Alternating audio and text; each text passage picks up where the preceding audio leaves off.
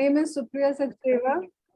I'm the Honorary Secretary of Bombay Management Association. Welcome again to the day 2 of BMA's HR Conference 2023, which is being organized in association with IMD Nagpur. As I mentioned yesterday, this is the first edition of HR Conference, and our aim is to get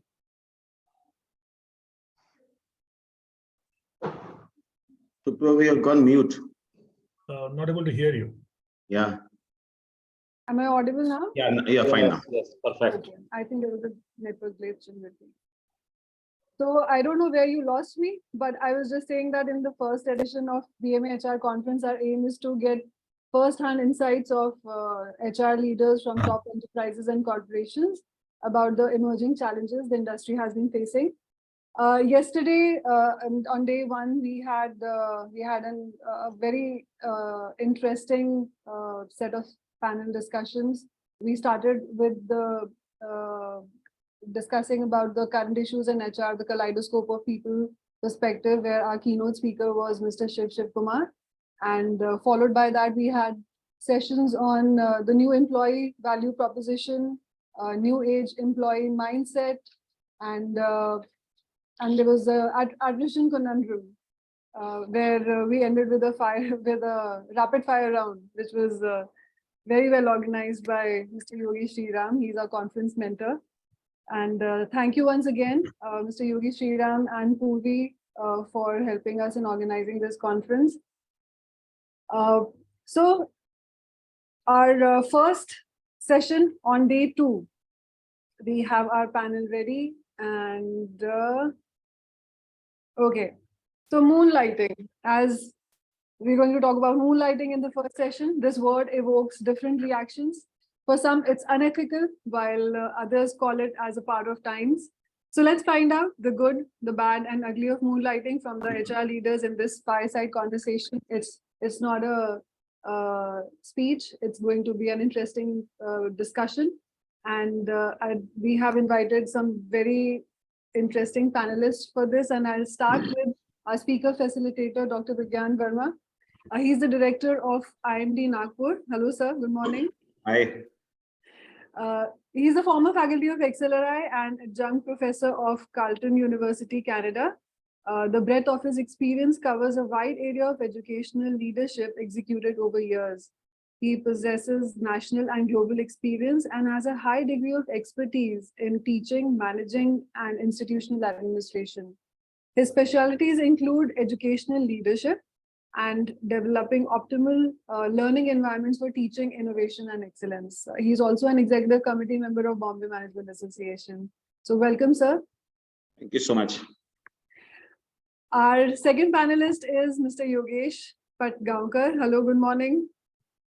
Hi, good morning. Lovely to be here. So he is the Chief People Officer at Persistent Systems Private Limited.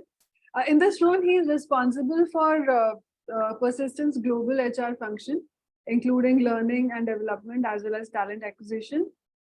He has over 28 years of experience handling strategically critical roles, setting up and scaling the HR functions to cater to global operations across leading organizations like RPG Group, L&T, Emphasis.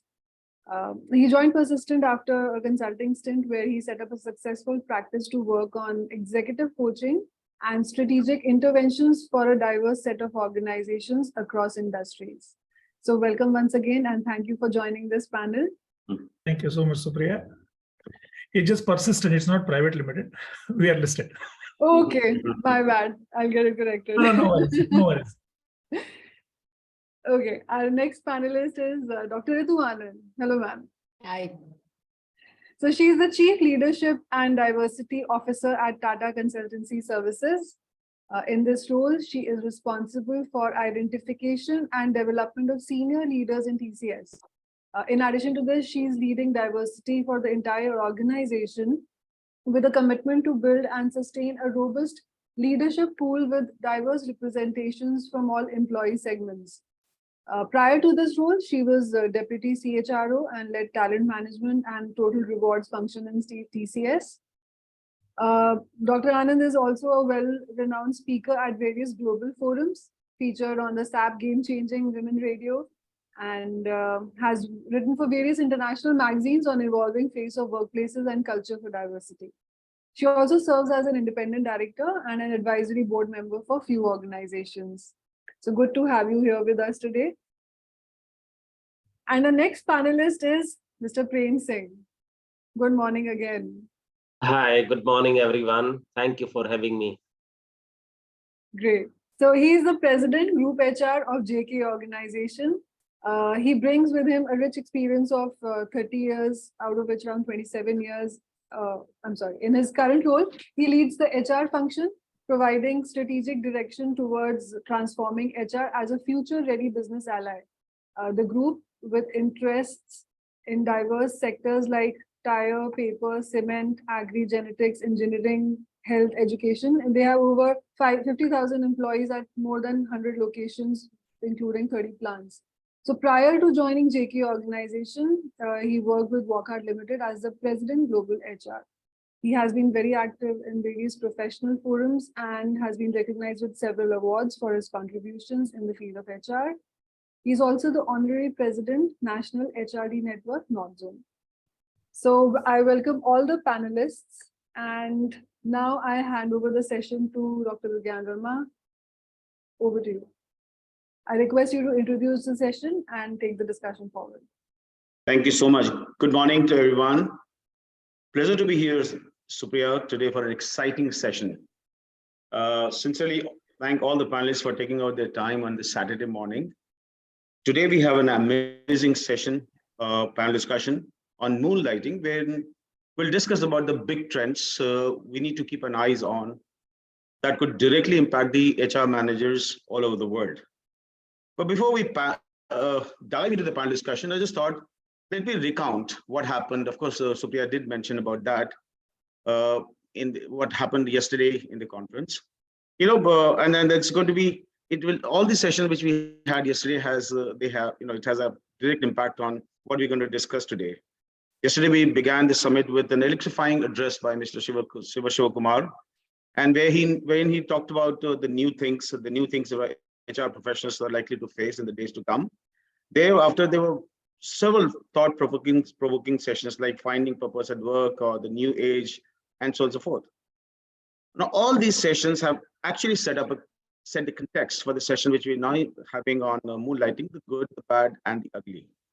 But what constitutes moonlighting, and why do people moonlight at all? Moonlighting refers to a side jobs done by an employee outside their office hours. Since the job is usually taken up during the evening hours, is it associated with the moon as such? The phrase was made popular by the Americans during the COVID times.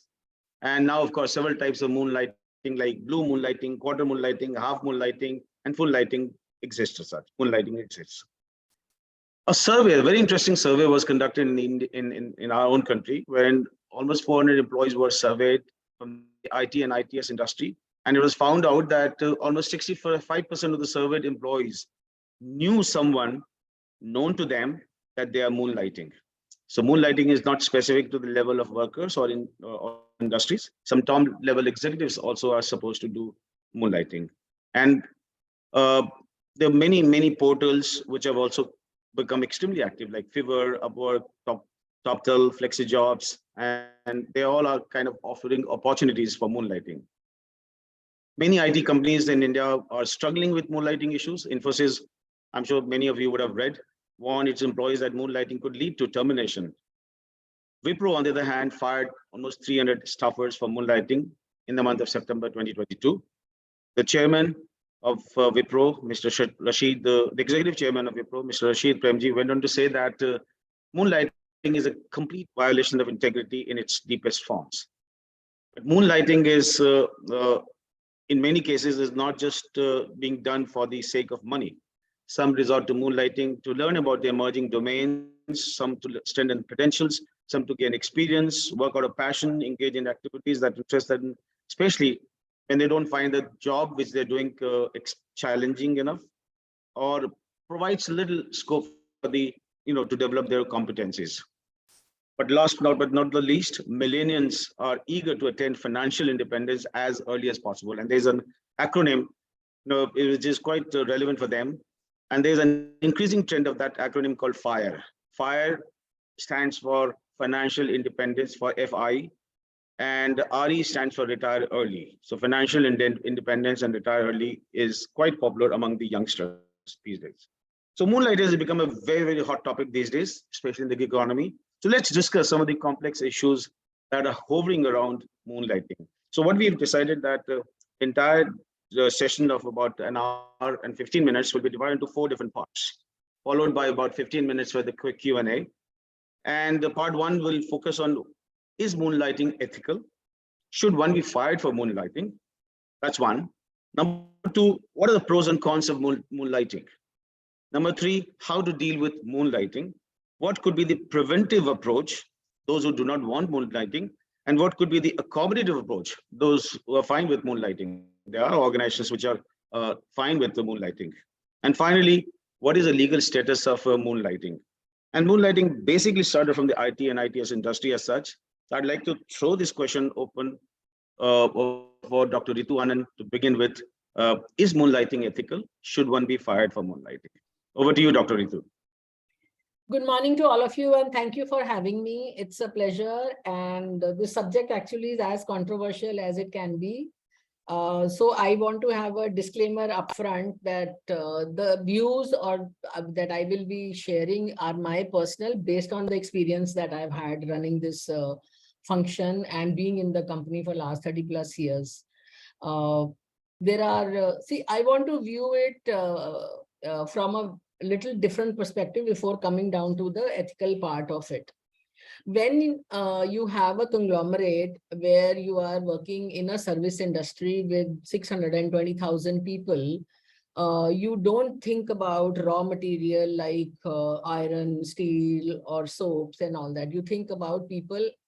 And actually, I want to go beyond people. Actually, what are we looking at? We hire capabilities, competence, skills. We don't really hire bodies. We hire people who are having a mind of their own.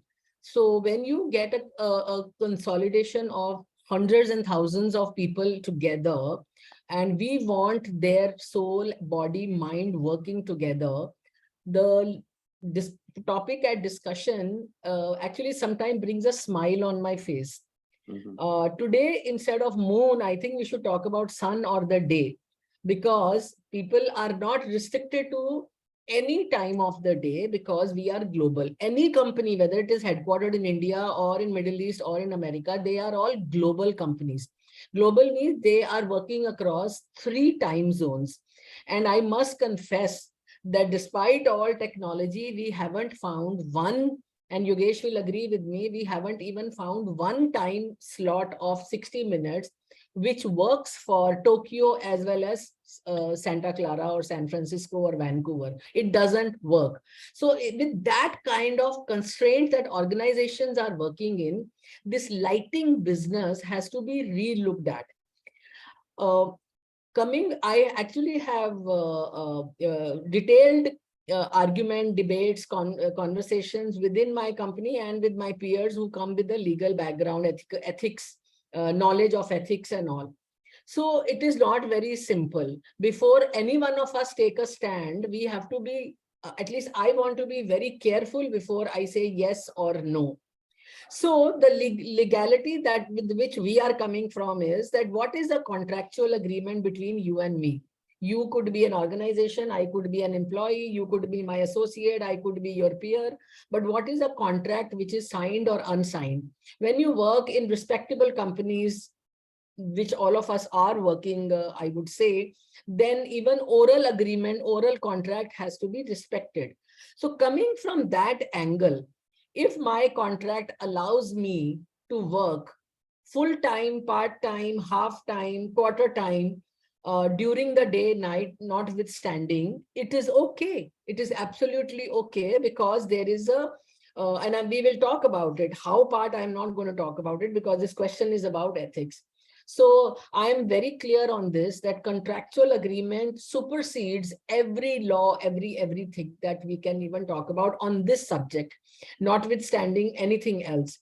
So if the organization responsibility, of course, is, or another person's who's on the receiving end responsibility, I would say, is on having a governance. So there is a 2x2 matrix I have drawn in my mind, that there has to be there will be a policy, there will be a contract, there will be governance, and there will be a handshake. So all these 4 things will have to act together before we fire, hire, retain any employee in the organization.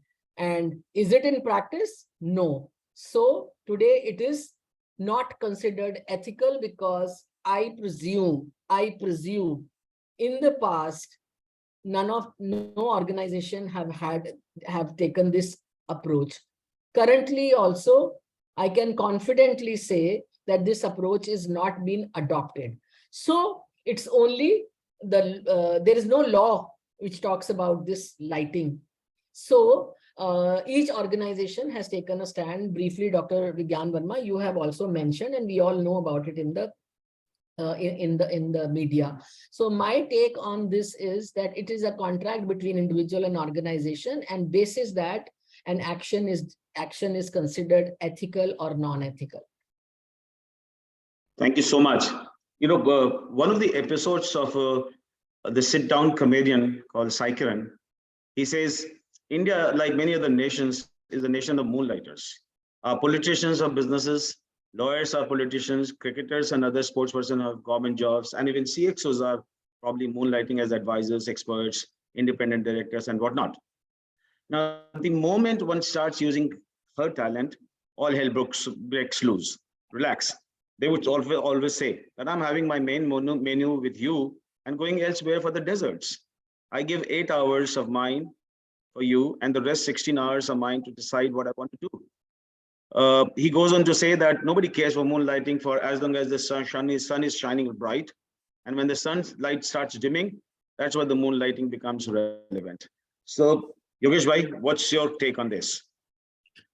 Yeah, as Dr. Ritu said, the first disclaimer is that my views are personal. And what I'm going to do is that apart from the role that I'm playing right now, I've been a coach for the last 7 years and a consultant. So I had an opportunity to go across and talk to the organizations. This issue is controversial, and just to give you an idea, if you go to the any article, and what I like to read is that, for example, if there is a news publication article which is there, I would love to read not only the articles but the comments. And if you read the articles on moonlighting, the comments are extremely interesting and divided. Okay. Absolutely. And what I'm going to do is that I will tell you my selfish reason for joining this panel. First reason is my co-panelist. I wanted to listen to them and learn from them. Second is that there's a distinguished audience which is there. So rather than presenting and I will present my views. With your permission, sir, what I'm going to do is that I'm just going to get a sense of because right now we are all sitting in a virtual environment. But I want to get a sense from the audience, and I will present my views. Am I allowed to do that? Because let's do something. And I'm going to share my screen. Let us see whether you can see. What I'm going to use is right now I'm going to use a Mentimeter. I don't know whether this will work or not. Technology has its own challenges. You can see a barcode. Right. My request to you is that use your phone, scans this, and I just would like to hear the comments. And the first question is that I have a basic question. Is moonlighting really old concept or new?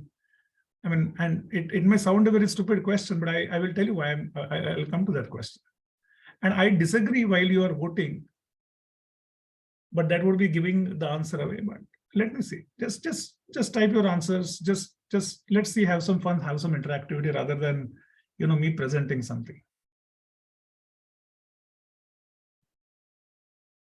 Yeah, absolutely. I completely agree. Moonlighting has not been new, right? And it did not start with the IT industry. To give you a very simple example, a teacher teaching in a school taking a private tuition, okay, is also nothing other than moonlighting. Right? Absolutely.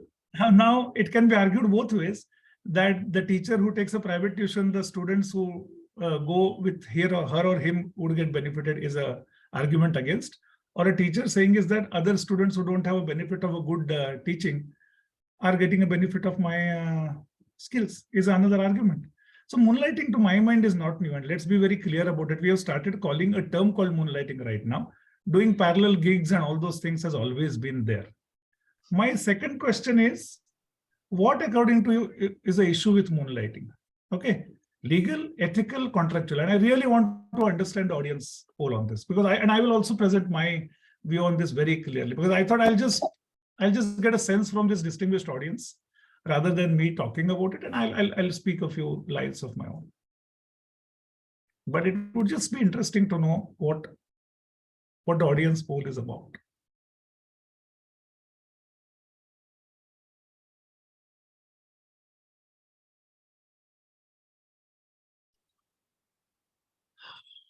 Yeah, it's interesting to see the poll.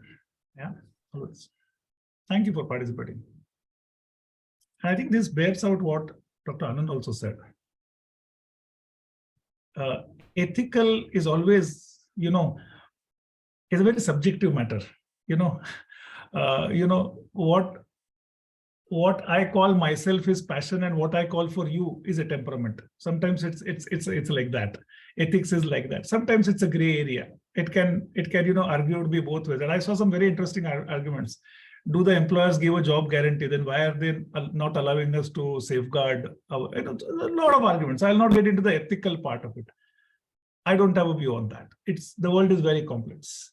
Legal, to my limited opinion, I'm not an expert on that, is that there's a Factories Act which very clearly prohibits against the dual employment, but there is otherwise nothing specifically as of now. But definitely, to my mind, the issue is contractual. Because, just to build on what Dr. Anand also said, is that if you really look at it, say an IT company is working for a client, the employees are working for a particular client, and if somebody does a moonlighting without even, and I'm just giving an example of why it is a contractual issue, apart from the contract very clearly says that you have to be 24/7 working for us. If the person moonlighting works for two conflicting competitors and there's a data breach, the person has a very limited liability of losing a job, but a company would have a far better liability, far higher liability, and it is risking far many more jobs. To my mind, that's why it's very, very clearly a contractual issue, that you're not putting, it's not about your employment at risk, but you're putting a far larger interest at risk. And that's why this issue is contractual. The third is that, is moonlighting same as gig economy? And that is the question I really want, because sometimes we confuse moonlighting and gig economy. And after this, I will stop so that I don't take more time on that. But there are a couple of other questions I had in mind. With your permission, either I can go ahead or I'll stop here at this moment. But is moonlighting same as gig economy? Because sometimes when I see the comments in the articles and people fighting for why can I not do multiple jobs and stuff like that, there's a huge issue there. And while you're voting, talking on the contract, see, all companies today, all respectable companies have a very clear policy. What they say is that if you have other interests in life, and if it is not conflicting with your job, if it is helping some cause or something, declare that and please take those positions. Okay, you can be doing the guest lectures when you're a professional. You can do, some help to some industry firm. You do all that. There's nothing illegal or even contract breach about it. And there are governance processes about that in all companies, that you declare there's no conflict of interest. Your work is not going to get impacted, and please help the society. All good companies today do that. And that's why we have people serving on advisories and things like that, because this is exactly helping the society. Simple as that. So there seems to be a little confusion about whether moonlighting is gig economy or not. To my mind, these are two completely different issues. Okay, and I'm saying this, I was a gig worker for 7 years. Okay, I could work with multiple companies at a time, because that is exactly what my contract is. I have been hired for a specific skill. I am plugged in for a specific job. I do that job. I do not carry any other responsibility. The responsibility of managing the scope or anything is with the company. So as long as you're very clear that the gig economy, and I don't think any company has really figured out how to, embed gig economy in the structures very formally. We all experiment with it, and IT industry has been doing it for a very long time, as long as I remember. But let's be very clear, gig economy and moonlighting is not the same. In the gig economy, you declare your intent very clearly. You say that this is the skill that I bring to the table. You can engage me for my skill for part-time, and I'm open to work to the other with the other companies as well. And that's a very, very openness. So to my mind, and I'll stop here. I'll not go further with my next part of the survey, but as long as the contract is clear, you are well within the contract. This is how it has to be looked at. And as long as you're not risking others because of your activity, I think this has to be looked at from that framework, rather than getting emotional about it, rather than getting into this thing judgmental about it. The point of view is very clear. Your contract is drawn from a point of view of safeguarding not only you and the company, but whole lot of other stakeholders like client. So if your contract clearly calls it out, I completely agree with Dr. Anand. The contract is an overriding document for everything. There are enough governance processes with all the good companies which say that how can you engage and benefit the society with what you bring to the table. And as long as you do that, there's absolutely no conflict. So the guiding principle is the conflict, and the conflict reference is the contract document. I hope I have answered it, but thank you audience for participating, because this is always, we can always make it controversial, but at the end of the day today, and I had a couple of other things as to what do we need to do about it. But I will stop here because I don't want to take more time on that. Thank you. Thank you so much, Mr. Yogesh. Mr. Prem, since you are not substantially into IT or ITS industry, now you have two people, Dr. Ritu and Mr. Yogesh on the same side. What's your take on this? Okay, good morning, everyone. Firstly, thank you so much for having me on this panel. And I must say that moonlighting is a term which is very much related to IT industry. So my two other panelists, co-panelists are from IT industry. I'm the only one from non-IT industry, though I do have large departments having IT functions, digital functions, where there are people who work in the similar environment, and we also do have those challenges like moonlighting.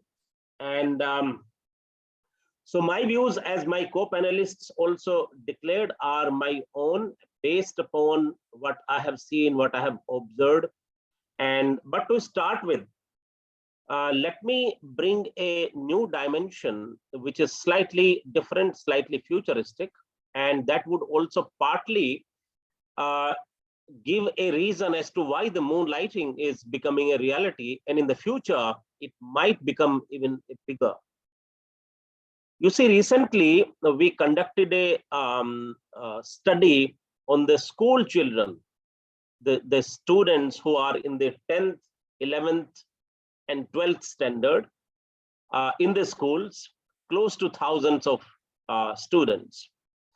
And the questions, we asked a lot of questions. For example, what sort of organization do you like to work for when you graduate?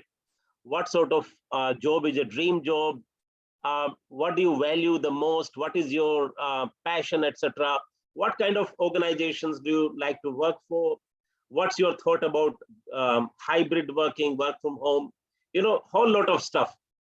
I would not bore you with the details as to what they said about everyone, all the questions, but I'll just use only relevant pieces. A large number of them, said that they would like to have a job which offers a lot of flexibility. Meaning, I do not want to be bound to 8 hours working. I want to work in an environment where I work for company A for 3-4 hours, company B for 2-3 hours, and company C for 1 or 2 hours. And this kind of a response was from a very large number of students. And mind you, these are the students who are still in the schools and colleges, right? They are yet to fully formulate their own view. But the fact is that the large number of students already have that desire, already have that worldview.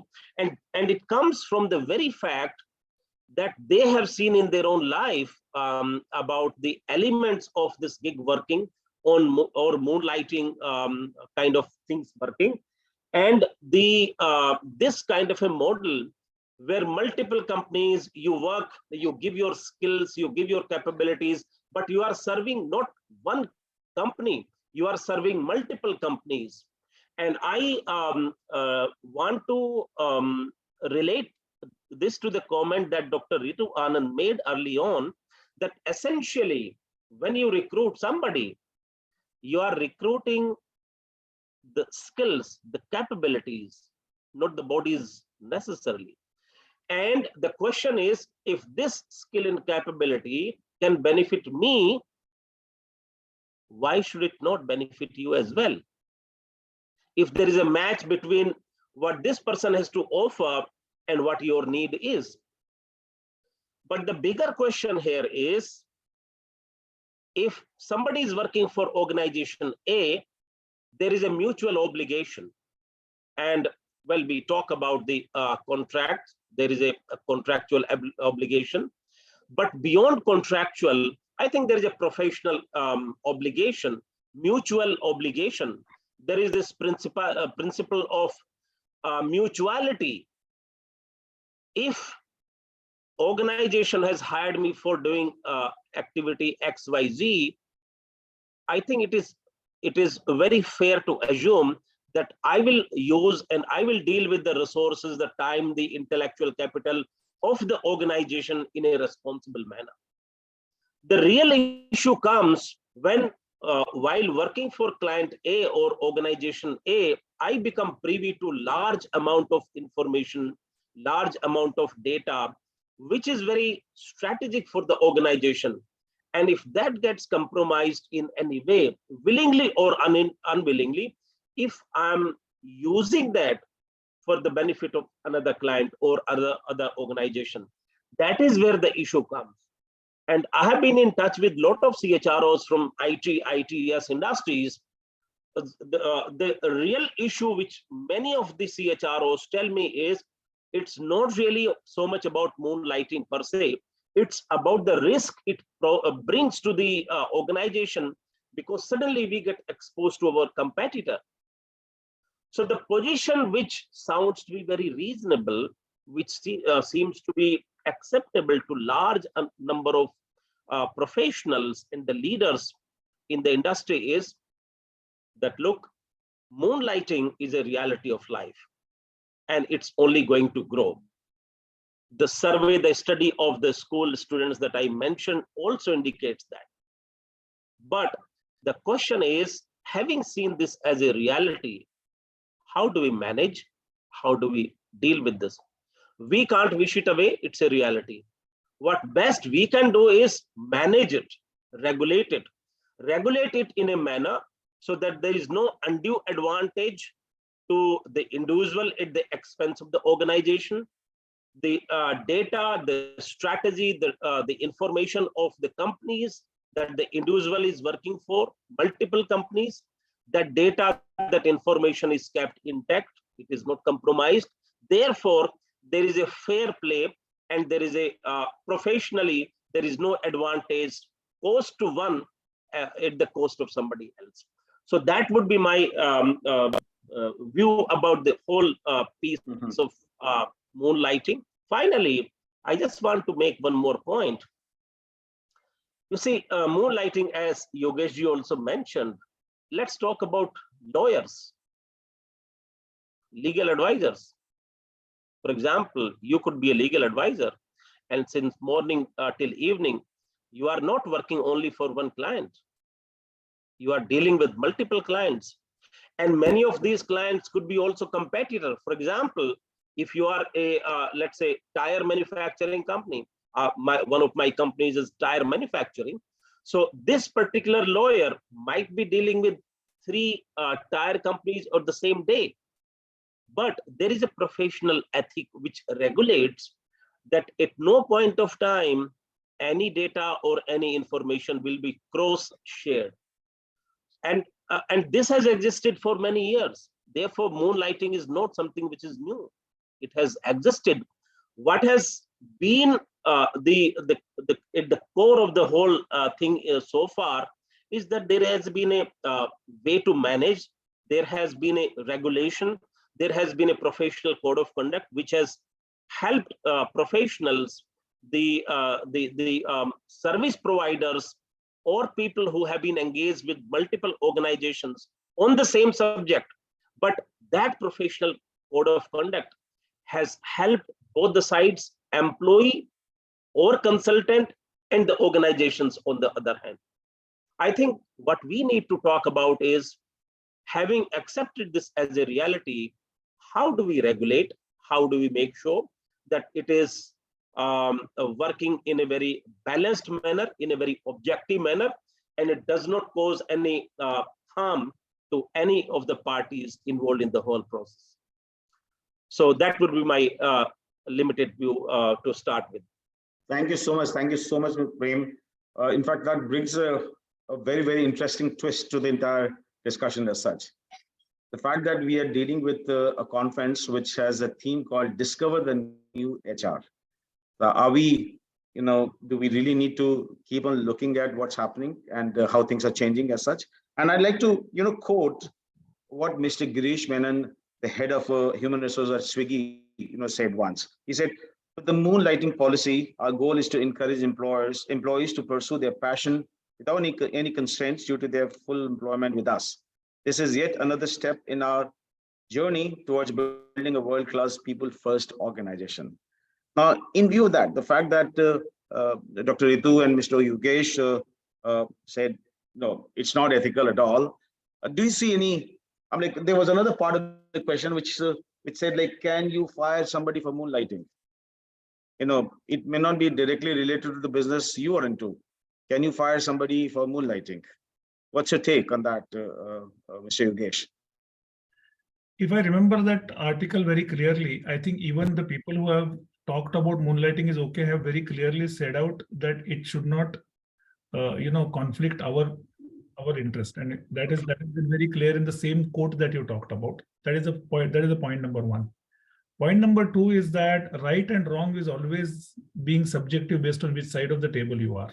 Okay, as long as you make it absolutely clear what is your policy, what is your process, that is what has to be very, very clear. You cannot throw surprises by people, and you cannot leave it in a ambiguous space. So I think the organizations need to be very clear what is their stand on this. As long as that stand is clear and clearly communicated, it's a fair game. The other point more than this is that I think, as I said earlier also, if people want to work in a flexible environment, we need to have accommodation in our structures, how to embed the gig economy, which is already there in a more formal way. That and gig and this has to be separated in my mind, because gig is separate. There would be people who would say, I would like to just work on this skill and only this part, and that is okay as long as it is understood, because there are enough things, as Prem Singh ji has also said, that the client confidentiality clauses and all those things are there. So there are enough mechanisms to handle it. The third thing is that I think there are certain proactive things also. It is one to say that, I always feel that one generation has always felt that next generation is less focused and more greedy and things like that. And that has been from time. I wouldn't like to get into that debate at all. I'm saying if this generation has more exposure, more information, if they want to do more, you just need to have a clarity. The second thing is that there are multiple positive ways a lot of organizations are doing today. I mean, if you think that you have an idea and you won't need a platform to work on ideas, there are many organizations who are working on programs like entrepreneurship, saying that, okay, we will provide you the opportunity. There are many organizations who have universities of their own. There are many organizations who have reskilling program. So there are a lot of positive interventions which are there apart from the contract and a control. There are amazing positive interventions which are also possible in a new age HR to really handle this issue of multiple aspirations and aspirations of changing. It is not only, it's not black and white as such. And managing, we are no sense saying that it is black and white. We are saying, be clear, put it out, what is your clarity. Then also, you cannot run it in the old format. You will have to have multiple interventions which are of a positive nature, which satisfies people's need of aspirations and stuff like that. And it's a continuous work in progress. I don't think anybody will crack it because the new problems will keep emerging. So, that's Dr. Ritu, what's your take? Will you fire somebody for moonlighting? Your questions are not only direct, but very dangerous. See, this is actually what we teach our children right from less than 5 years of age or 6 when they are being nurtured by the parents. When next 16 years they spend in the school. We used to have a moral science kind of a course, which all of us were taught, and we lived with that. It was in our DNA. So the issue at hand over here is what is right, what is wrong.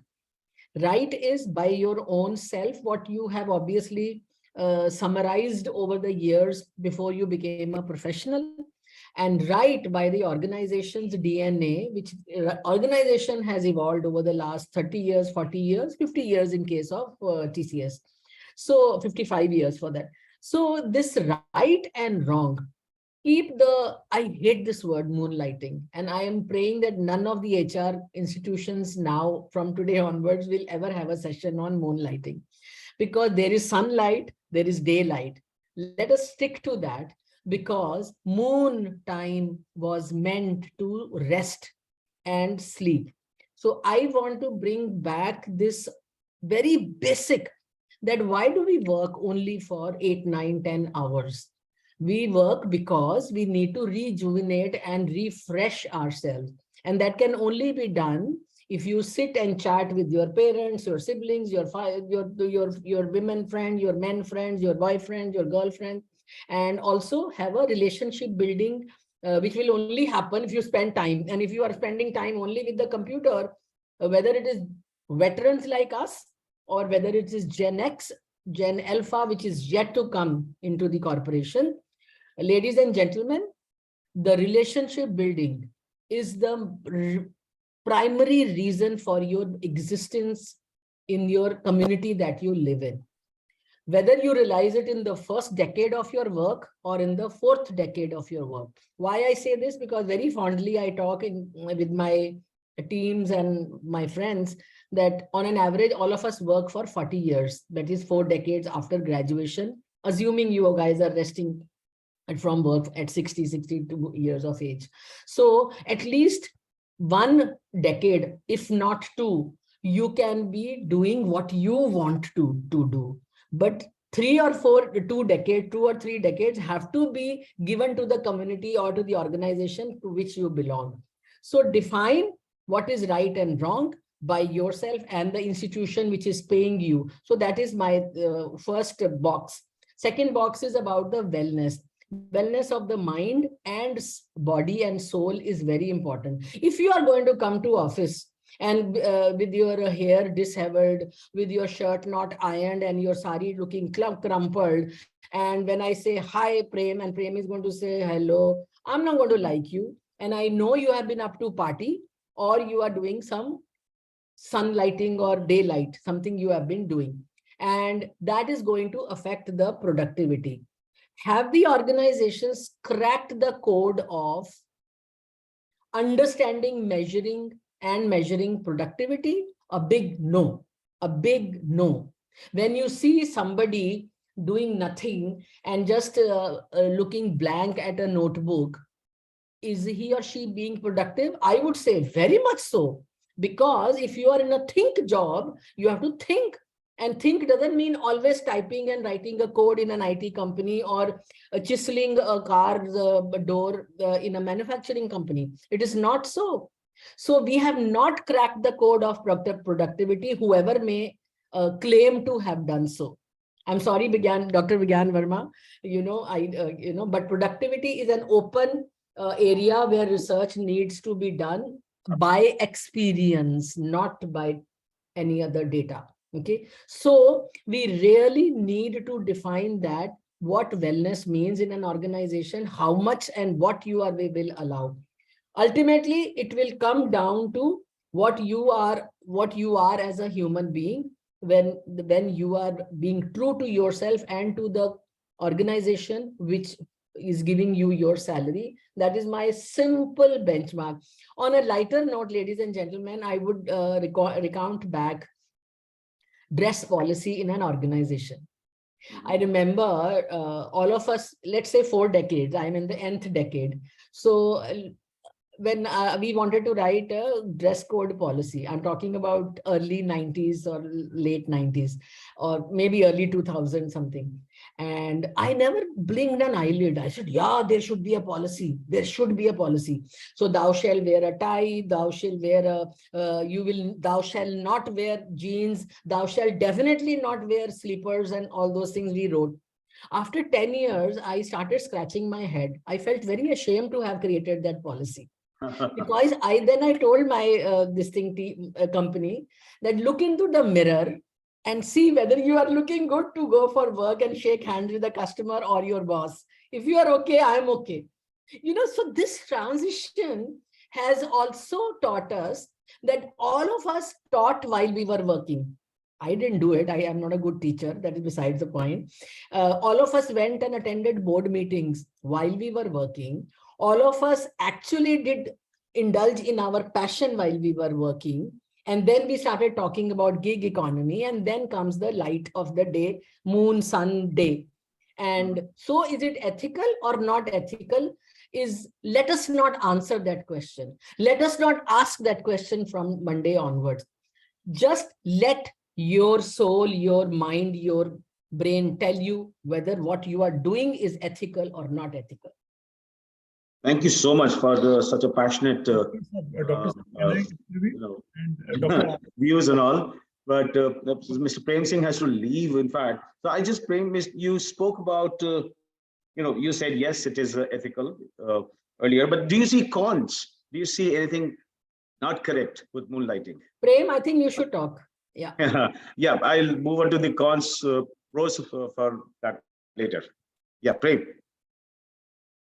Okay, well, I would enhance the scope of the debate, the question slightly more. Let's not confine ourselves to the questions like whether it is right or wrong, whether it is legal or illegal, or whether it is ethical or unethical. You see, because the point is, even if you were to conclude whether it is ethical or unethical, reality is it is there.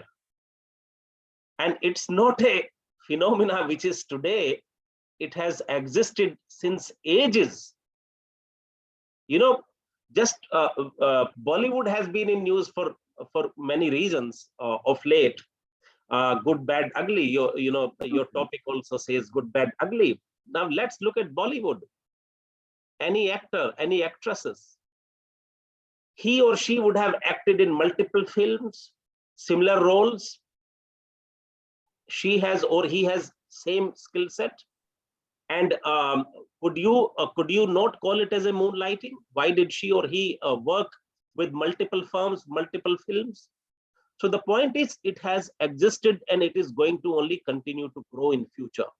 As I mentioned about the study that we conducted on the students of the school and colleges, and that exactly is Zen Alpha, which is going to come to the organizations in next 4 to 5 years. That study also shows that it is only going to grow. So my submission would be, rather than getting entangled in the debate about ethical or non-ethical, I think we should be asking a question, given this reality, how do you really regulate it? How do you really make sure that the two parties at the end of the equation are mutually benefiting from this whole phenomena? And the two parties are, number one, the employee, who is giving his or her skills, who is contributing. Number two, the organization, which is benefiting out of it. The individual wants to make some more money, wants to secure financial stability, wants to have a better quality life, wants to pursue his own or her own passion, wants to do, wants to make sure that he or she would pursue his career in a manner so that he or she can secure financial stability sooner. So that's a choice, right? The organization has a objective of securing its business interests. So the two have very distinct objectives. As long as both are marrying together in a very balanced manner, And as long as you can make sure that the conflict of interest arising from the moonlighting is not causing any disadvantage to the organizations where this individual is working, I think we have to look at that equation. Because if we continue to, we can continue to debate about rightness or wrongness of this whole thing, but I think it would not lend us anywhere. Knowing it fully well that it's a phenomena which is a reality and it's only going to grow. Now, I also know that a lot of companies have tried to deal with this particular situation, phenomena in a very different manner. Within India, there are IT companies who says absolutely no, we will fire people. They have fired people for moonlighting. There are some organizations who said that, look, we have realized it's a reality and we would rather accept it and come out with a policy. There is, even as we are talking, there is one IT company in our country which is coming out with a policy on moonlighting. And that policy would not say that the moonlighting is barred, it's banned.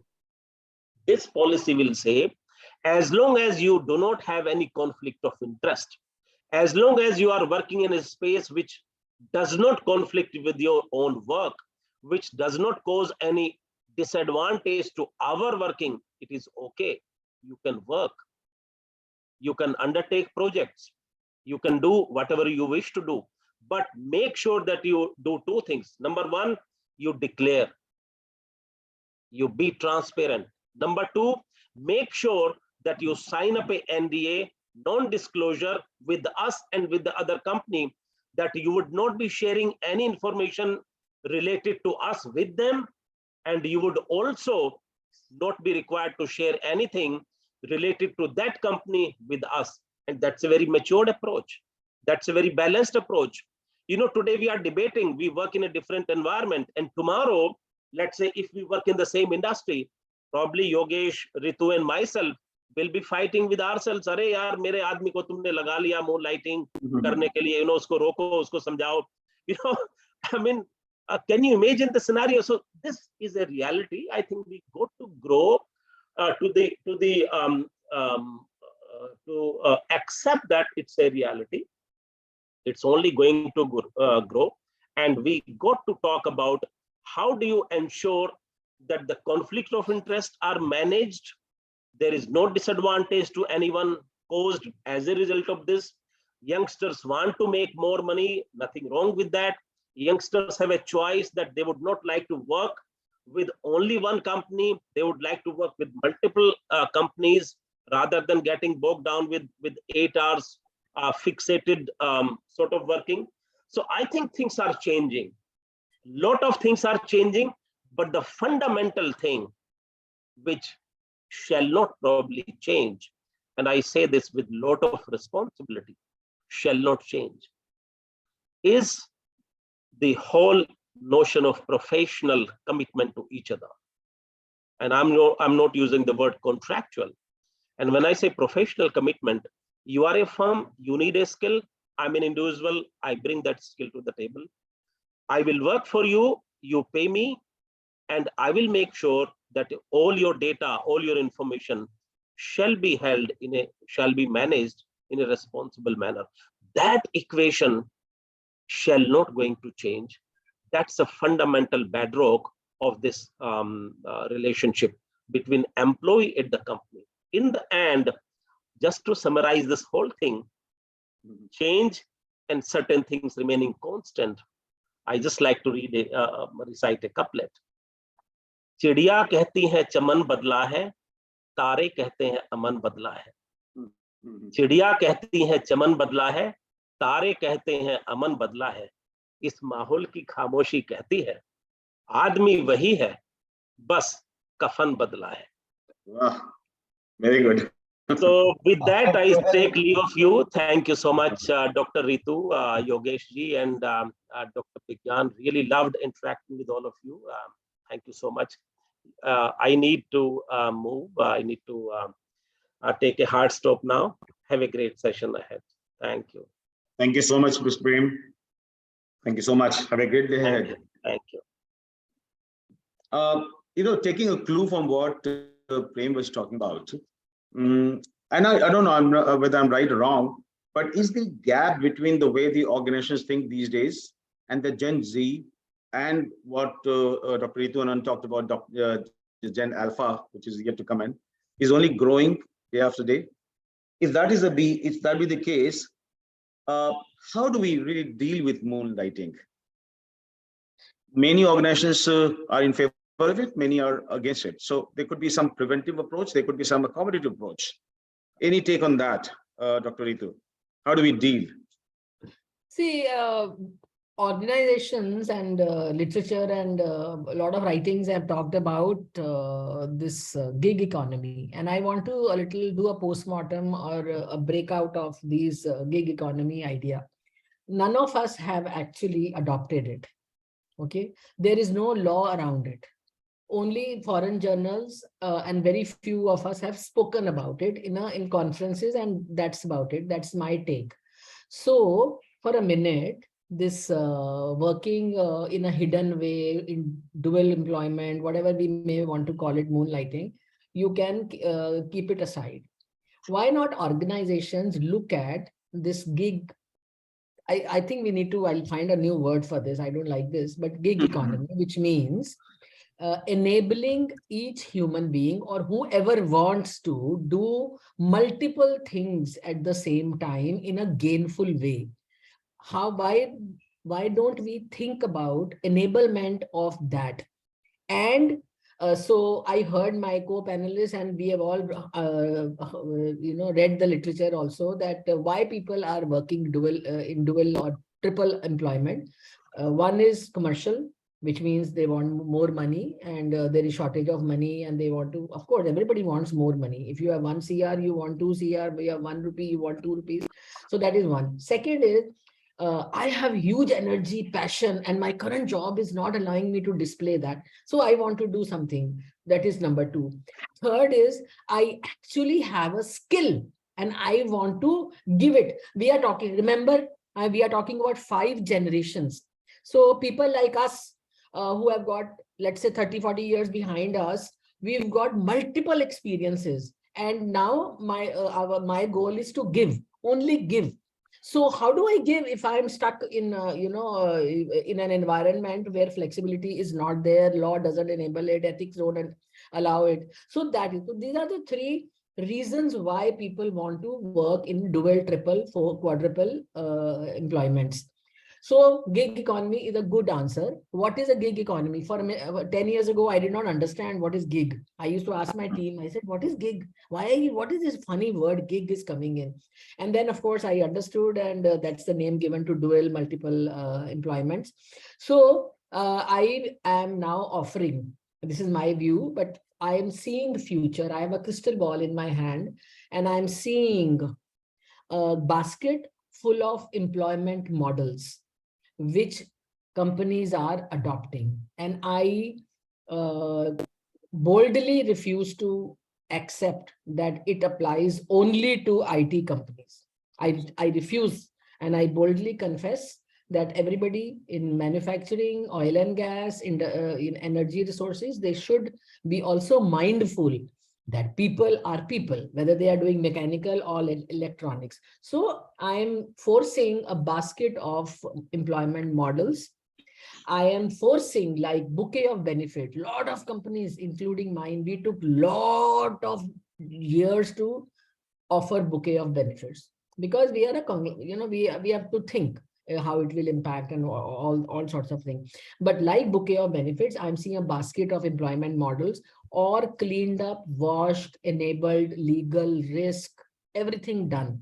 And I am having a system to offer it to people, backed by a policy. And policy will cover for how much duration, with how much tenure minimum, with how much commitment, minimum condition defined, and very strong governance tracking model. Don't glamorize governance word. Okay, break it into pieces. It actually means tracking. Do you have technology tracking your dual multiple employment? And these 4 things, if organizations have to invest in, and I don't see it happening next year. I see it happening maybe 2025 for medium to large organizations, but small organizations definitely can explore this. That is the sure short way to shake hands with Gen Y, Gen Alpha, or Gen X who want their aspiration and are very clear. I want this. If you can give it to me, I'm with you. Otherwise, bye. They don't care about anything else, because whether it is internet, whether it is web, whether it is digital, or whether now chat GPT, the options are multifold. So organizations, winning organizations will go and look at the crystal ball and do something about it. Wow, wonderful, wonderful perspective of what is likely to happen in the days to come, ma'am. Mr. Yogesh, your take? No, I completely agree with what Dr. Anand said. And see, in today, to put into perspective, there are different forms of employment already existing and accepted. We don't have a mechanism to say that how do they fit in organization and what is the regulating mechanism of that. But if you really talk to, if you really ask me, I have come across multiple situations where the open dialogues has been a solution, and people have, when the people have expected, we have allowed people to transition from one form of a contract to other form of a contract, and it has benefited them, company, society, all that happens. I completely agree. As we go ahead, the organizations will not be monolithic. Organizations will be clusters of skills coming together, and there would be a couple of broad paths, as I said. One path is that I want to do an organization, traditional kind of a career, moving up the hierarchy. The second path is that I want to stick around to my primary skill or competency as this thing, and I would need a little flexibility. And those options are there. The other piece which I want to talk about, and I want to take apart from what I do for my living, I have been I don't say I understand the subject, but I've been a career advisor for 25 years to students, to the CXOs. Okay. And one thing I can tell you anecdotally by the empirical data is that I don't think the aspirations of the generations 30 years back and the aspirations of today's generation are very different. Okay. Just like I was serious about, doing something good with my career, so is today's person. They are more vocal about that choice. And, when I started my career way back about 30 years, if somebody talked about work-life balance, it was looked upon with a very different lens, saying that, okay, is he serious about his job or something like that? Today, people talk openly about it. That's the only difference. But I'll be hypocrite if I say that I did not have the thought of work-life balance in my time when I started the career. So the generation is more open. They are talking more vocally about it. And I think rather than getting into a judgmental or a value-based kind of judgmental dialogues, we need to have more open dialogues. And I'll go back to what Dr. Anand said, and it made so much sense to me, is about if you have open, how much time are we providing as leaders as to have open dialogues with our people? And whenever there are open dialogues, my experience, the results are spectacular.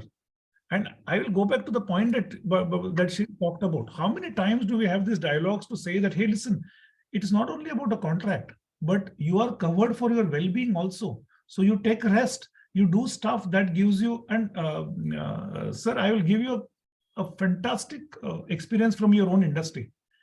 When this whole, I went and talked to a professor saying that, sir, why don't you take the tuitions? Because that seems to be a lucrative business. He gave me a very beautiful answer. He says that there's a lot of misunderstanding, saying that when I go and teach in the college, I have 4 hours which I have to take the lectures or practical, and that's the only time I am supposed to work. Is a wrong answer. He says, I'm rest 4 or 5 hours. I'm in a staff room. Students should connect with me there and ask their queries. And that is also a part of my job. My job is not only to give lectures and conduct practicals or something. My job is to be there, advise students, and that also is a part of my job. If I take that time to take my tuitions and stuff like that, I will be defocused on my core job. And it was such a value-based clarity kind of an answer. And there are people, and multiple of them, they're open to the dialogues. Are we having those dialogues is a question we need to seriously ask ourselves. One is the regulation, and enough is talked about regulation. The second is about are we being judgmental? And sorry to say this, I have a fundamental difference by tagging people to generations based on their years of birth. My father is 90 today. Even today, he can think far more radically than me and my brother put together.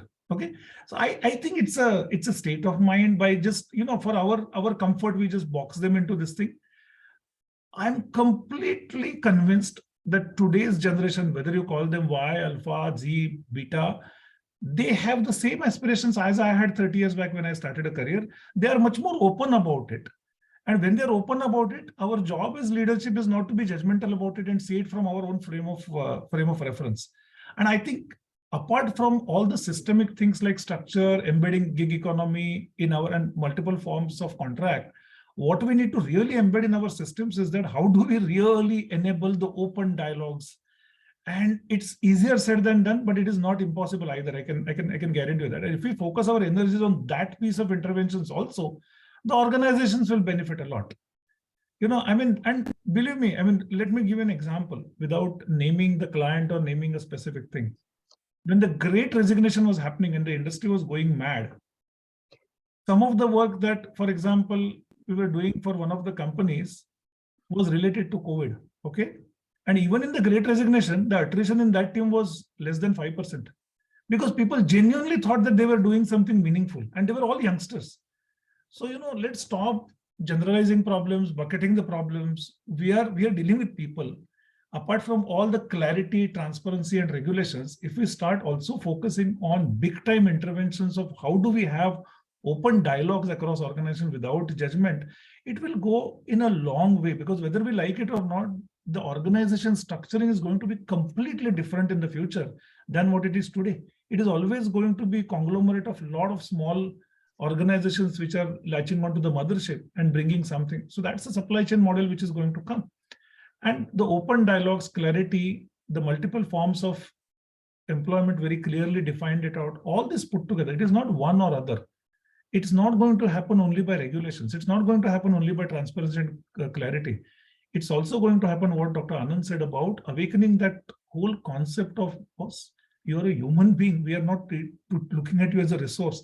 And can we have those human dialogues? This all has to work together, and this will always remain work in progress. Because, when we look back, we always realize what we thought we solved as a problem, they were never solved in the first place. They created a whole lot of other, issues. So this will continue a process.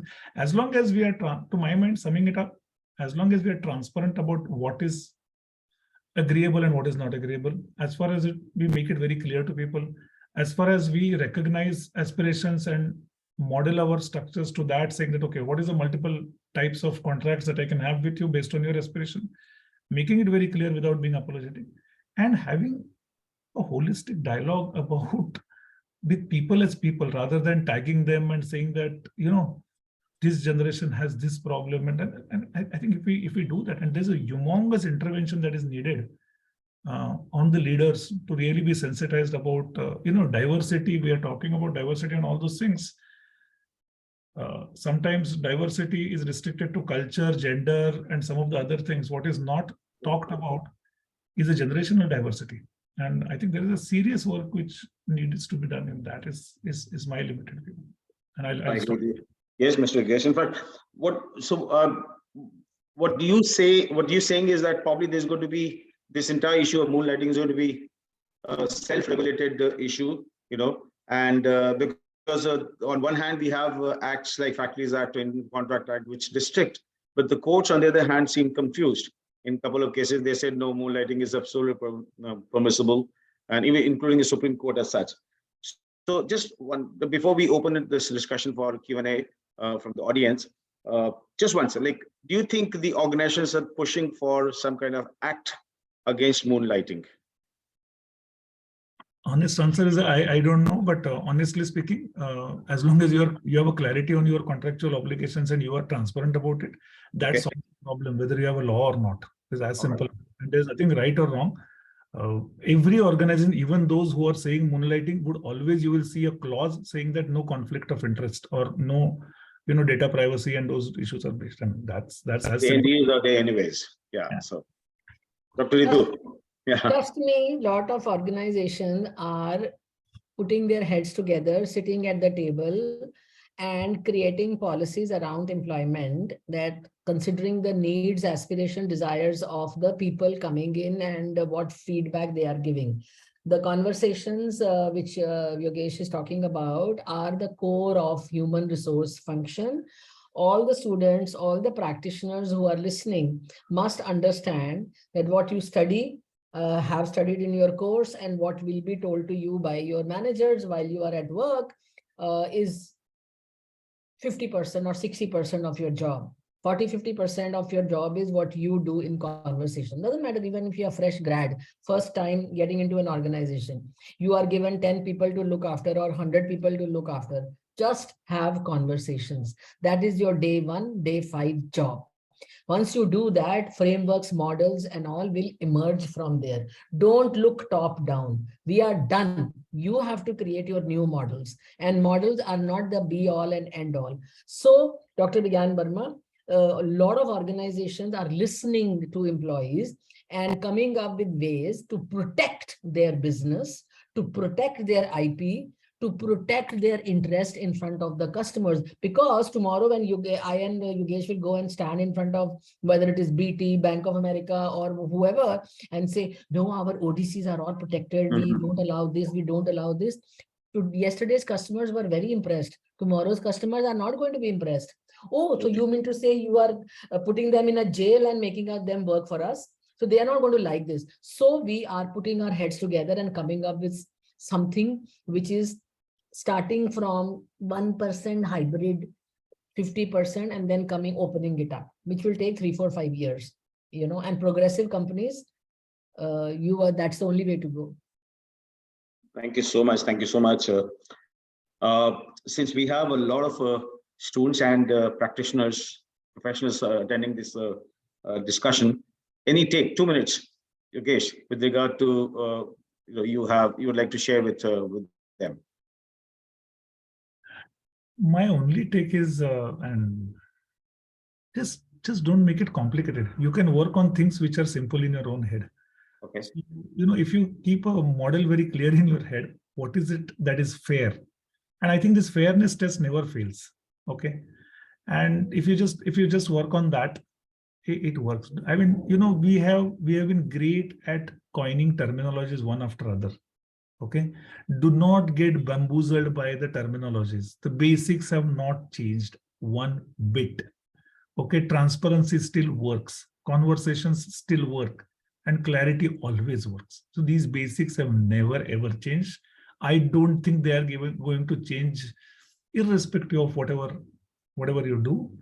And magic happens whenever you follow simplicity. My advice, especially to the students, is that do not get lost in jargons. Because, you know, when you are going to be HR professionals, your business guys actually don't care about your jargons and what jargons you are bringing to the table. What they care about is that how are you going to solve their problem. So, you know, any issue that you look at, and this is my advice to the students, I'm not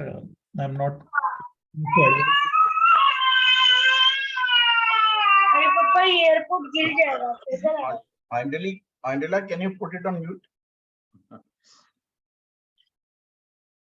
That's perhaps the sign that I should stop talking, but yeah. So I will for my student friends, I will just give a three question kind of a framework which has always helped me. Whenever you are working on anything, be it moonlighting, be it anything, be very clear what problem are you solving, whose problem are you solving, and how do you know that the problem is solved. These 3 questions look very simple, but if you are able to answer these 3 questions, you will always keep things focused and simple. And that is my advice to all my student friends. You know, just with my gray hair, I'm taking this liberty of giving an advice to them. It doesn't mean that I may be right or something. I'm not even bothering or venturing to give advice to my co-professionals. They are as experienced as I am. So I'll leave it here. Not so gray, Yogesh. Dr. Ritu, 2 minutes. This is psychologists speaking to all of you. Matters of heart are more important to me than any brain. I am not a very intelligent person. but the authenticity of your intent, authenticity of your aspiration comes out, and it should come out. There is, thanks Yogesh for the simple question that one should ask. I will also say only one question, which I do. I don't know whether there may be many, but I have created lots of processes which are still continuing now. So the only question where before I started anything today also, I asked to myself, why? Why am I doing it? Okay, so I remember very fondly, we were missing our people managers, not appreciating and their team members or saying thank you or patting their back. So I wanted, I'm talking about 20 years ago now. So I wanted how to build that culture. So I said, let's create a system, and we created a system going the extra mile and all that. And then I asked me, why do I need this system? And I said that this will encourage people to appreciate and recognize for doing something beyond your day job. So ladies and gentlemen, I'm not saying that you should be recognized and appreciated for the job for which you are paid. If you are doing something towards an organization activity, for that you need to be clapped and you need to be appreciated. So that why stayed with me. This diversity piece, why? For almost 20 years, I shunned that idea of diversity. I said, no. I remember in the corridor of 11th floor of Air India, my boss, he was introducing to me to some customers, and then she's our shining woman star, the lone woman and all, and we have her. And I heard him mutter that for show. And I was a young professional of 5 years in the company at that time. I just blew my top over there. So I shunned the fact that I'm a woman. But did it stay like this? No. When you look at the number 10 years down the line, and if you have only 8%, 10% women in leadership, you start wondering if everything is right, then what is going wrong? And that is where the journey of diversity with an equal, very dedicated intent to increase diversity in leadership. And that is the title I created. I don't have to look at it. What are my mission? My mission will continue to be diversity in leadership. I want a handful of women. I want also lovely men without whom we will not be available or we will not enjoy ourselves. We want some people with different abilities. We want people with different orientation. So when 5 years ago, I was forming a new team outside of my old function, I ensured that I got all of these people, one black, one white, many Indian women, many Indian men, and also somebody who had a challenge. I myself have a challenge. So I understand the pain points and the traumas. So lovely young students, just ask why to yourself. Okay, please don't ask this question, why I exist. That question you are not allowed to ask. That you will ask when you are just going to say hello to the God, not now. Just ask why am I doing this? Why am I doing this? And you will get the answer. Lovely to be talking to you, and I'm excited to listen to your questions. Over to you, Doctor. Thank you so much. Thank you so much. Thank you so much for the wonderful insights. Even before the session started, I knew very well that's going to be a very, very hot topic to discuss. There were two people from the IT and ITS industry and one from the manufacturing. I knew the views. I knew the views. It's such an interesting topic to deal with. Over to you, Supriya, for Q&A. There were some questions, no? You're on mute. We can't hear you. No. Or I can read out those questions. I think she has to press mute and unmute a little bit. Supriya, I think you are using your headphones or something. That setting may have to be changed. Supriya, now you are on mute. Unmute yourself. Yes, now say something. Yes. So, Vigyanji, you knew it was a hot topic, but it's interesting how all three panelists maneuvered their way through the tricky questions that you asked them. Absolutely. Right from the ethical aspect, is it ethical? See how they answered.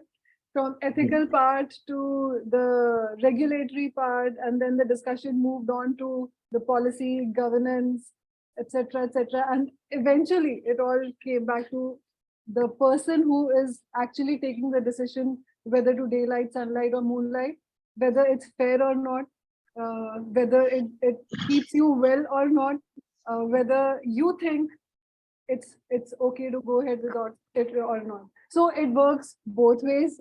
Excellent discussion. A lot of pros and cons. Yes, data security, regulatory, everything has been very beautifully covered. And two things. One, Mr. Prem is not here, but when he mentioned that having accepted it as a reality, we have to understand what are the regulations required. Let's focus on that part. It reminded me of yesterday's keynote speakers, Mr. Shiv Kumar's almost closing statement that HR should change for their own sake, not for the sake of the employees. That was one thing. And Rituji, you did not answer his question whether you will fire or not. We will fire. But We having will. heard, having heard the discussion, we know the answer. But you dodged the question. No, it's not because of moonlighting. It is because of violating the contract. And right in the beginning, she mentioned it's a personal views. So it's her personal views. Yes, yes. But Absolutely. very well, very interesting. And now it's time for the questions from the audience. And I request Shripad if you there because you have a question. It's an interesting question. Would you like to ask it yourself? Sure. Yes. Thanks. I asked this question right at the start when we were discussing multiple jobs. And the thought that came to me was that if I do one job and then I move on to another employment, then I still carry in my head the learning from the previous job. But if I'm carrying in my head the learning from two different jobs at the same time, then somehow we are applying an ethical construct to it. And while on this panel, all of you said, let us not get into it as ethics. The fact is that employees are experiencing judgment in corporations every day today regarding this. So what do you think is happening with CHROs or HR departments where they are feeling, say, attacked or compromised, or they feel unhappy about how the employee is treating them? What's happening there? Yogesh? So, no, there are two things. If your first part of your question is about carrying the learning from one job to other, nobody can stop that because you're learning, you will obviously carry that. By the way, there are also, if you're carrying something super special, there are enough.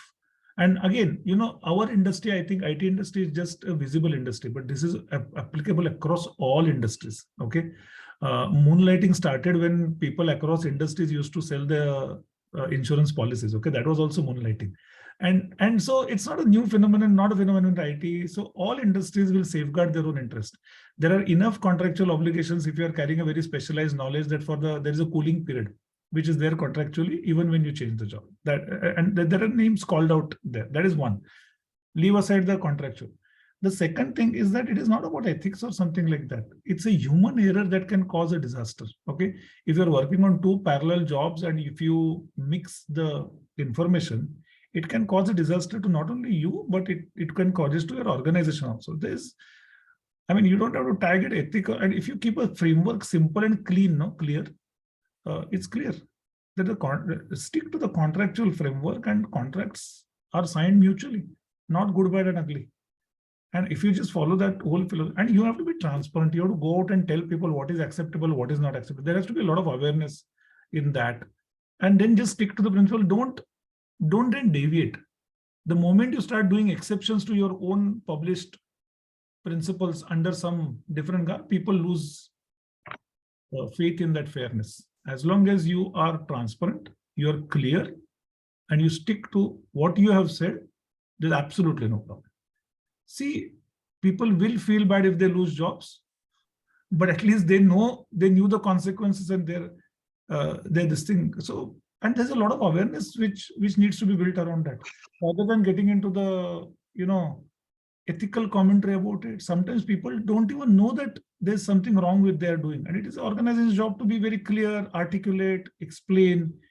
And it's a work in progress. No communication is good enough.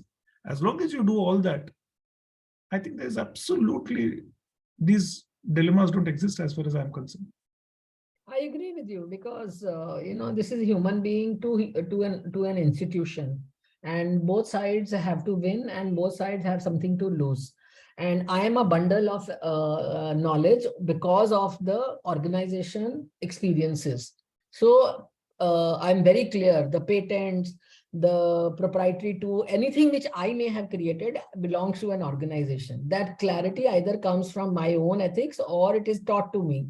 And that clarity is important, and it has to be repeated again and again and again and again and again and again, because the definitions are sometimes very ambiguous and people don't understand. I would hate to fire somebody, but we have had to, that when the employee says, I didn't know, I didn't do it intentionally. It hurts my heart, but what to do? You have done something, and if you didn't see it. So I always, try to, we try to tell employees much before. And actually, I'm again on a lighter note, when Posh Law came many years ago, Supriya, I felt very bad for men because, unintentionally, I mean, if you are appreciating somebody, I'm a woman CHRO, you are a man CHRO, and if you have done a good job, I will pat your shoulder and say, good job, Supriya. And if you go and file a case against him, I really said, I tell all my leaders in the company, men leaders, I really feel bad for you, but I have to teach you what not to do or what to avoid, because you think you are very close and somebody will not mind it and somebody go and file a case against you. So, in these moonlighting, daylighting, the sunlighting scenarios, the same debate will continue about ethics and non-ethics. We will fire people if you are being unethical, and if the client is compromised or the organization's proprietary tools or knowledge is compromised. Shripad, your answer: when I resign, when I retire, when I leave, I carry knowledge. Is there any law which tells me not to use it? Because, and you will keep saying, I paid you, I will keep saying, but I also worked for you and gave my life. So this debate, let it continue. No right and wrong answer. Sorry, Supriya. I think there's one more question. Yes, there's one more question. Yeah. So it's from Abhik. He is asking, okay, so we know as a matter of fact that there is a huge uncertainty around job security, which employees do feel at times, given the volatile nature of the contemporary business world. Shouldn't that itself be a reason enough for individuals to indulge in secondary sources of income, provided the employees aren't posing a data security threat or are being unethical? Yeah. Oh, sorry. Go ahead. Job notwithstanding, if you want that kind of a reason notwithstanding, if you want a second job, then you tell your boss, you tell your organization, take permission and take the decision whether you stay in the organization or not stay in the organization. I will tell you one very interesting example in our company, just to make it a little real and all. We had to fire, or obviously we had to ask somebody, why are you working to, and she was a woman, why are you working into organizations? And she said, I got both the offers at the same time. So you asked me to join one week earlier, and the other organization joined, preponed it, and they gave me an offer on the same day. So I said yes to both, and I started working. I said, hey, Bhagwan, I mean to say, I said, this is as innovative and as fantastic a reason as anybody can give for doing employment. So we don't want to know what the other organization did, but we definitely said thank you very much, because you were not only working with the same IT companies, but you were also working on the same client and having two laptops in front of you. I said, wow, I mean, this is ethics to the next level. Absolutely. Yogesh, you will understand this. I have two laptops in front of me and I'm answering something in Accenture and I'm answering something in TCS for the same client. Fantastic, and getting paid for it. And I think, this insecurity, let me address this whole, this is a chicken and egg story. Should I do this because of that, or, so let me clarify. And Rituji, hold me honest, but I think first we ever saw the job cuts or something in this industry was about in 2001. The post.com was the first time when I think people were let go and things like that. That was the first time we saw. Honestly, at that time we did not even know how to let go people, because we used to hire people only. Okay, and I've lived through these 3-4 phases in last 30 years of the industry. And let me give you, and Rituji, hold me honest, is that in all downturns and all uncertainties, I have never ever seen competent people ever losing job in the worst of the scenarios. I have never seen competent people, committed people lose their jobs.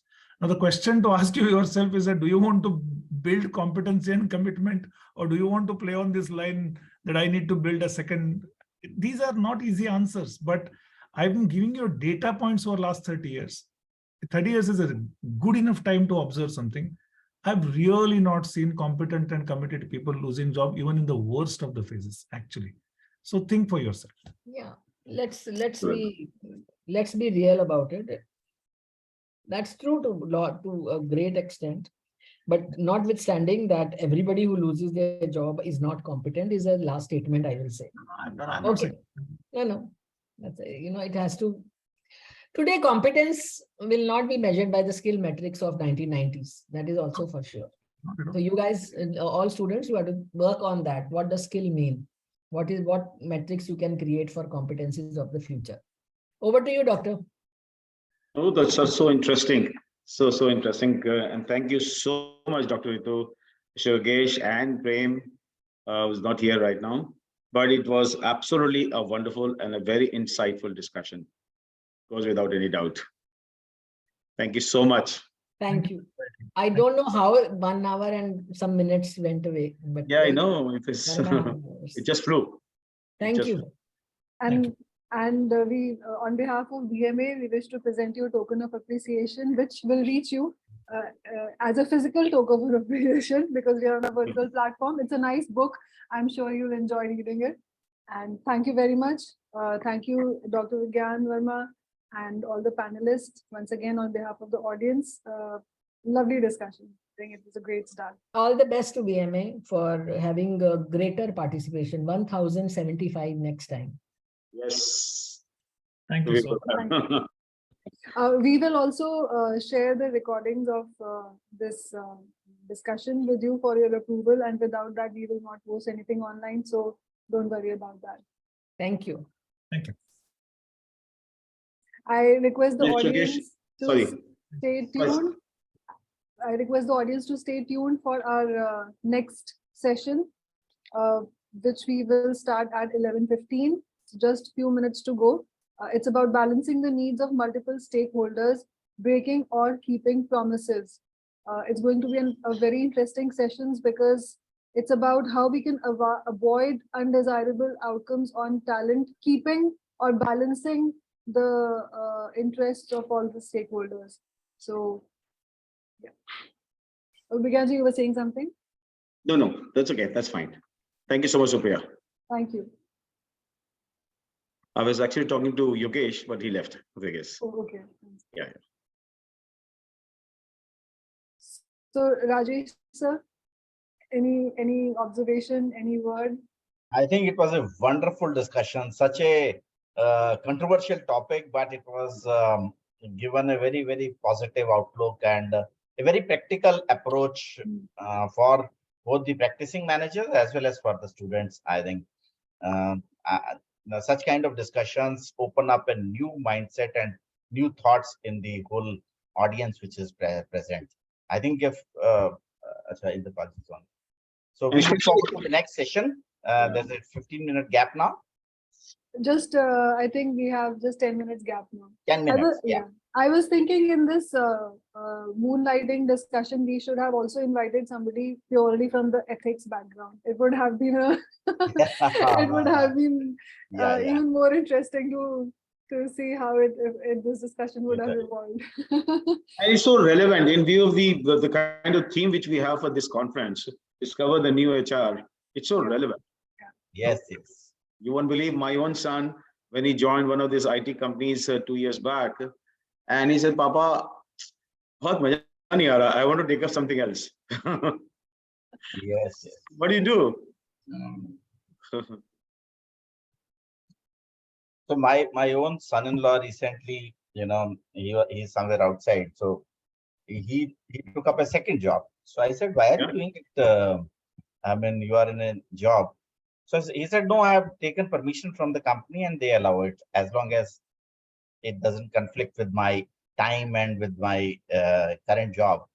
So people are slowly becoming open to these Even thoughts in the as well. US, even in the US, people are working daytime in the corporate. Yeah, In evening, they're working in as a taxi driver or something or the other and all. But it's probably going to take like tell on their health also. So and I can tell you, as Rituji was saying that this is not something new. yeah, it is not. Many years back, somewhere around 25 years back, I was in Hong Kong and I went to a restaurant for dinner, and I saw a good gentleman who was working as a waiter. So, and he was an Indian. So I started chatting with him. He was an employee in airlines. Oh. So during the day, he was doing the airline job, and during the off duty times, he was doing this job. So this kind of thing is not something which is a new phenomenon. The only thing is, as they were rightly saying, that people are more vocal about it. And the only thing is, and also, as long as it's not in conflict yes. of the first employer. As Ritu rightly pointed, transparency is equally important. Absolutely. Conversations still matter. Have a conversation, and policies also. I remember when I was at JP Morgan. So there, even if you are getting into any voluntary engagement, just discuss it with HR. Just take the clearances so that later on there is no chaos, no hassle. So yes, policies and regulations, they also go a long way. And it will come, definitely. It will become a big issue in the days to come. Yes. So it is the same thing, when something is started new, first is the denial mode, when people are becoming more open. So first the industry is saying, oh my God, why are you doing it? But slowly, I think internally, they are also accepting the fact that over a period of time, they are trying to. I know one of my students, last year, he refused a very nice and decent job, saying that the company gave the offer, but he refused. He said, I don't think you give us very challenging assignments. So why should I join you? If I join you, then you'll have to probably allow me to do something else also. Of course, the company didn't take him. It's a different thing altogether. But that's how things are changing. Yes, as somebody said that when you hire good people, it is all the more important to give them challenging work. Otherwise, they will soon leave you. Yeah, absolutely. And the way, the way we talk about the generation gap, like between me and my father, there's a generation gap of 30 years. Yeah. Now if you have two kids, one is 12 years old, another is, let's say, 7-year-old, there's a generation gap between these two kids itself. So Gen Alpha, which is going to be in the workforce, and Gen Z, there's a generation gap. Gen Z will probably, somehow you will take it, accept it, but I don't think Gen Alpha will so easily. I think baby boomers was the generation which lived for a longer period of time as a generation. The longest. Baby boomers generations are changing very fast. Sir. Rajesh wanted to say, hello, can you hear me? Yes. Sir. You get me? Yes, we can hear you. No, yes, I wanted to say that the drivers of moonlighting, people did not mention, say, for example, not well-structured jobs, people performing below their capabilities, lousy bosses, and so many other factors which are very disdainful to the people. Those were not discussed, and therefore the entire burden was put on the employee. Yeah. He is the villain of the piece. Actually, the villain of the sense that are the jobs. वैसे बातें नहीं कही ethical contractual कर रहे पर अपना correction तो आपने देखा नहीं, आपका structure ठीक है, आपके bosses कैसे behave करते हैं उनके साथ में, वगैरह. I mean, why do people look for moonlighting? Money is one thing. So, are you well paid, or do you have chances of even earning well? Are your salaries are structured so that people are these days talking about 50 years working? Nobody wants to work till 65. So 50 साल तक will you have enough of purpose to retire and live safely if you dedicate yourself? ये सारे हैं. I think it puts huge responsibility on the management of the organization. हम लोग उसको कैसे? या तो आप जापानीज जैसे कह दो कि चलो भाई कुछ भी हो जाएगा जिंदगी भर, और उसके बाद में भी हम आपकी देखभाल करेंगे। फिर अगर वो मून लाइटिंग करता तो नहीं, अब आपको ठीक लगता है तो आप निकाल देते हो, नहीं रखते हो तो नाउजी जॉब में फंसा देते हो, तो बंदा कहता है यार मैं कुछ रास्ता अपना भी निकालो। And then Absolutely. Even Japan में भी चेंजेस आएगा। even from JK Tyre, sometimes लोग एग्जांपल देने के लिए देते हैं। So I can see Purvi has joined. Hello, Purvi. Good morning. Hi, good morning. Good morning, Purvi. Good to see you. I know, good to see everyone too. Hi, Purvi. Thanks. Hi. Hi. We were just reflecting on the discussions of the first panel of today morning. Yes, Excellent discussion. Thanks. yes. I can imagine that. We have Mr. Lakshmanan. Hello, good morning, Hi. sir. Hi, good Hi, morning. Lex. Hi, Bigyan ji, how are you? All good, all good. मैं view करता है कि आपको Huh?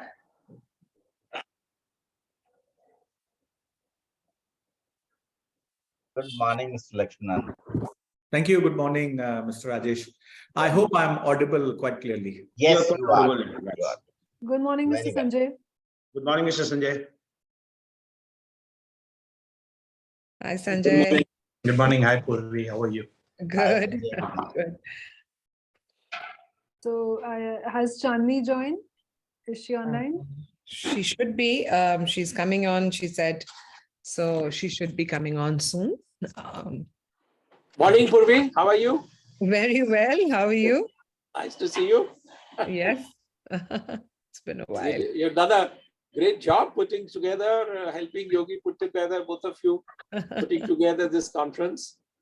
Oh, it's Really been enjoyed. a pleasure and an honor to be working with him. Yeah, So you didn't add the pain part in it. pain But is it has always been a great forgotten. support. But I think it's went off very well. I don't know if you were there, but I Yes, can vouch for it. yes. No, it's gone off very well, and I think we've had some great participation. We've had really quite a star cast of speakers. We're very fortunate that all our speakers agreed to come and made it to our session. So Yeah. very excited that Very nice. we're here. Good morning, Chandni. Andy, good morning. Sorry. Good morning. Hi. Good morning, Chandni. Good morning. So good. We have a panel ready. We still have 2 minutes to go. So we'll start at 11:15 only.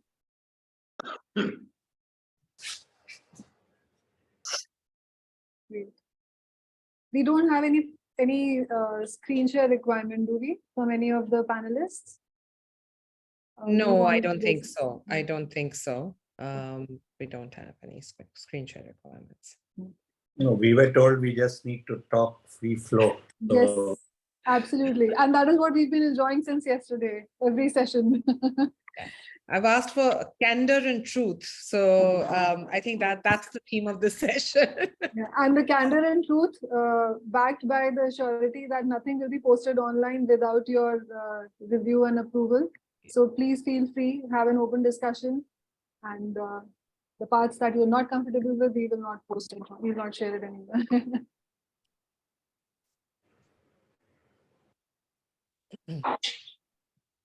Okay.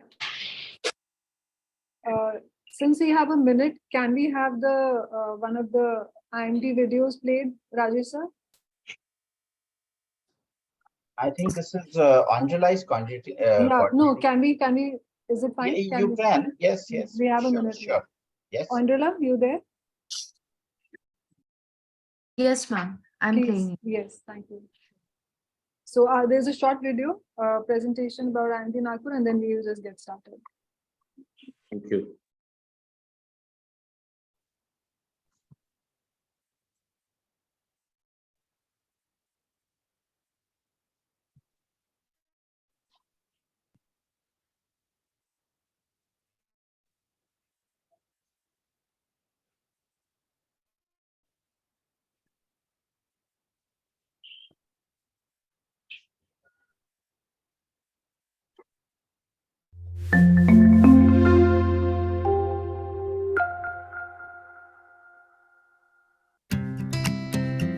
first walked into IMT Nagpur, I was absolutely mesmerized by the lush green forest that surrounds the campus. Established in the year 2004, the Institute of Management Technology Nagpur is India's premier MBA-accredited management school with a vision to contribute to the development of business and society through excellence in grooming leadership, entrepreneurial talent, and research. I am very proud to say that we are one of the institutes which got 5-year MBA accreditation. We also have our program with AIU equivalence. Presently, we are working on AACSB accreditation. Located on a sprawling campus of 27 acres, IMT Nagpur provides world-class infrastructure that embraces the academic vitality of this institution. The sun rises with beautiful birds chirping around and sets with a new learning experience. Every day in IMT is a different day and adds more and more value to your life. The institution has adopted an innovative pedagogy wherein there is a rare synthesis of conceptual understanding with practical business experience imparted to its student managers. We follow a collaborative and integrative approach with corporate houses and industry captain in designing and delivering our curriculum. At IMT, we involve corporate people at every stage of the program, whether it's the curriculum designing, whether delivering of sessions of the courses, calling guest lectures, having interaction with them, and finally designing the certification programs. Learning Resource Center, or LRC, a library with the finest collection of books, journals, e-journals, corporate and industry information, and country research databases, is the lifeblood of the institution. As a part of innovation, we offered the concept of flexi-core, where a student gets an opportunity in the very first year to pick few courses as flexi-core according to his specialization. Pedagogically, we use some of the most advanced and relevant tools inside the classroom, be it using a simulation to explain leadership. Okay, so that was a short presentation by our association partner, IMT Nagpur. So we are ready to start our last session for this conference, balancing the need of multiple stakeholders, breaking or keeping promises. In this session, we discuss the challenges that the board, CEO, and HR face while working on different stakeholder interests, and how we can avoid undesirable outcomes on talent, how we can protect the employer brand and ensure that the talent is not unfairly treated. So for that, we again have a great set of panelists today who will have a open discussion on this topic. And I will start with the introduction of the speaker facilitator, Ms. Purvi Seth. She's the CEO of Shilputsi. She's a consultant, advisor, mentor, and board member. Purvi is a pioneer of new age HR practices like DEI, outplacement, millennial management, and many more in India. She's a coach and advisor to some of India's most renowned groups, conglomerates, and MNCs, where she advises on contemporary talent management, leadership development, and strategic HR processes. She's a chief mentor and ideator of various leadership development programs, a speaker at various industry forums, as she has taught at management institutes and conventions, columnist for Premier Business Publishing House, and is on the executive council of Bombay Management Association and a mentor at ASIN. So, welcome, Purvi. You're a part of our team, yet thank you very much for agreeing to conduct this, for facilitating this session. Good to have you here. Very excited, and thank you so much for having me here. Okay, I would like to introduce our next panelist now, Mr. M.T. Lakshmanan. Hello, sir. He is the CHRO L&T Technology Services Limited. He heads the global human resources functions for L&T. With over 30 years of work experience, Mr. Lakshmanan is a HR leader and a global talent management professional with extensive experience in compensation and benefits, talent assessments, talent acquisition, M&As, immigration, global mobility, enterprise process improvements, and operations. During his career of 2 decades in the IT industry, he held global responsibilities in human resources functions at Infosys and Capgemini, and he joined Larsen & Toubro in Jan 2013. So thank you very much for agreeing to be a part of this panel, and welcome once again. Our next panelist is Mr. Sanjay Chaudhary. Hello, sir. Good morning. Good morning. He is the partner at Tara Capital and has more than 25 years of experience in private equity and strategy consulting. Mr. Sanjay has full life cycle experience in private equity and has served on boards and various committees for his investee companies. And as a strategy consultant, he has extensively advised company boards and CEOs on strategy, organization, change management.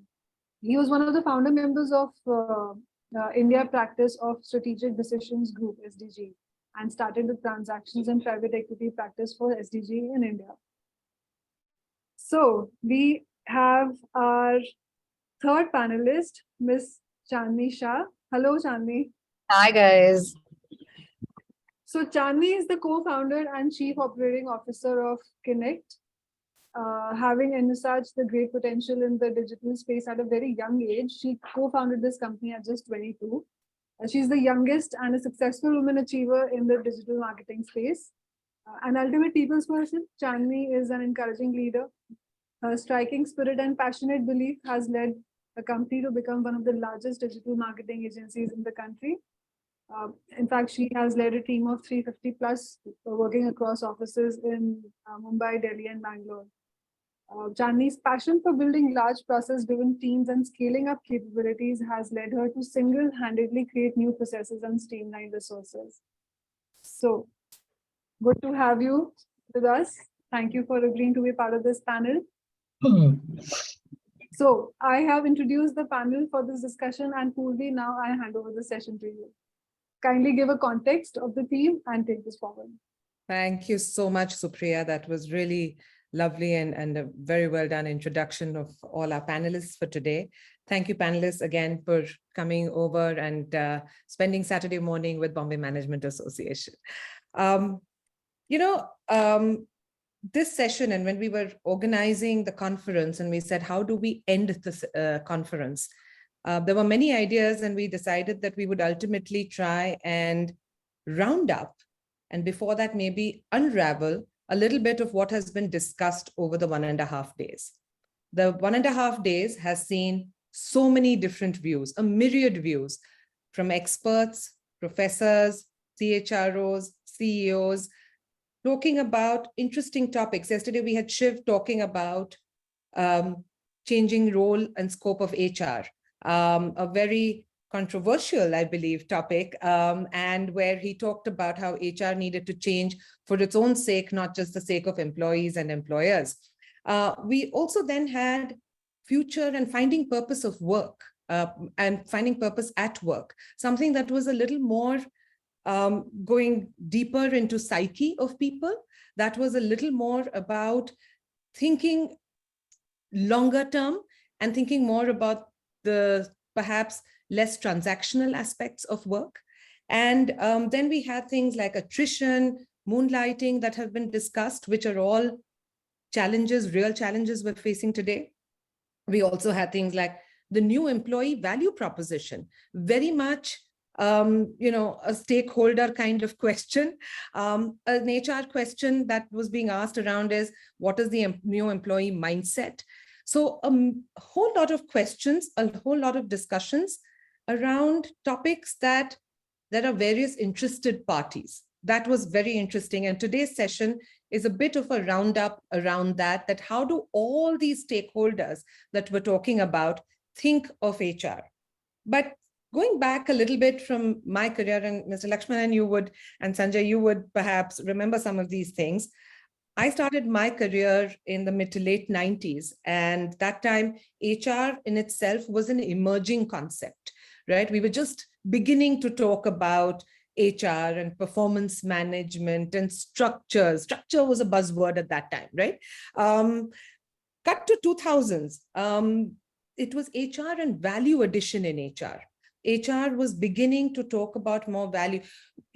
Words like L&D hadn't come in then just as yet. It was still training, but we were talking about how you could add value in HR, and HR started participating in business discussions. Suddenly HR was getting a seat in business discussions. And then you cut to 2010.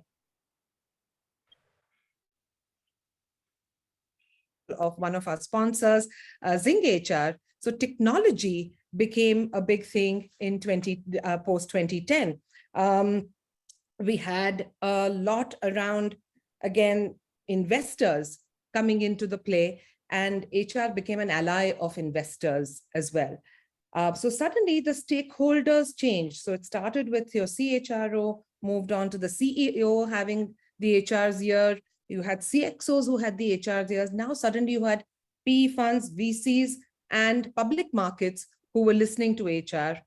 And people like myself managed to enter boards, and HR managed to enter boards and become directors. So seat at not just the CEO's table, but seat at the board table.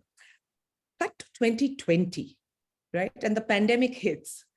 And everything that's been slowly evolving suddenly changes, right? And we have an employee workforce that's looking for money on the one hand, but also looking for flexibility, looking for hybrid, looking for becoming gig workers, but also looking for sustainability, career growth, and long-term prospects, right?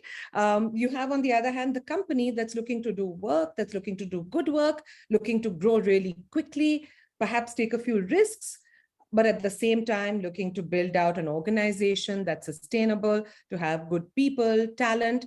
But when things go south, perhaps let go of talent as well.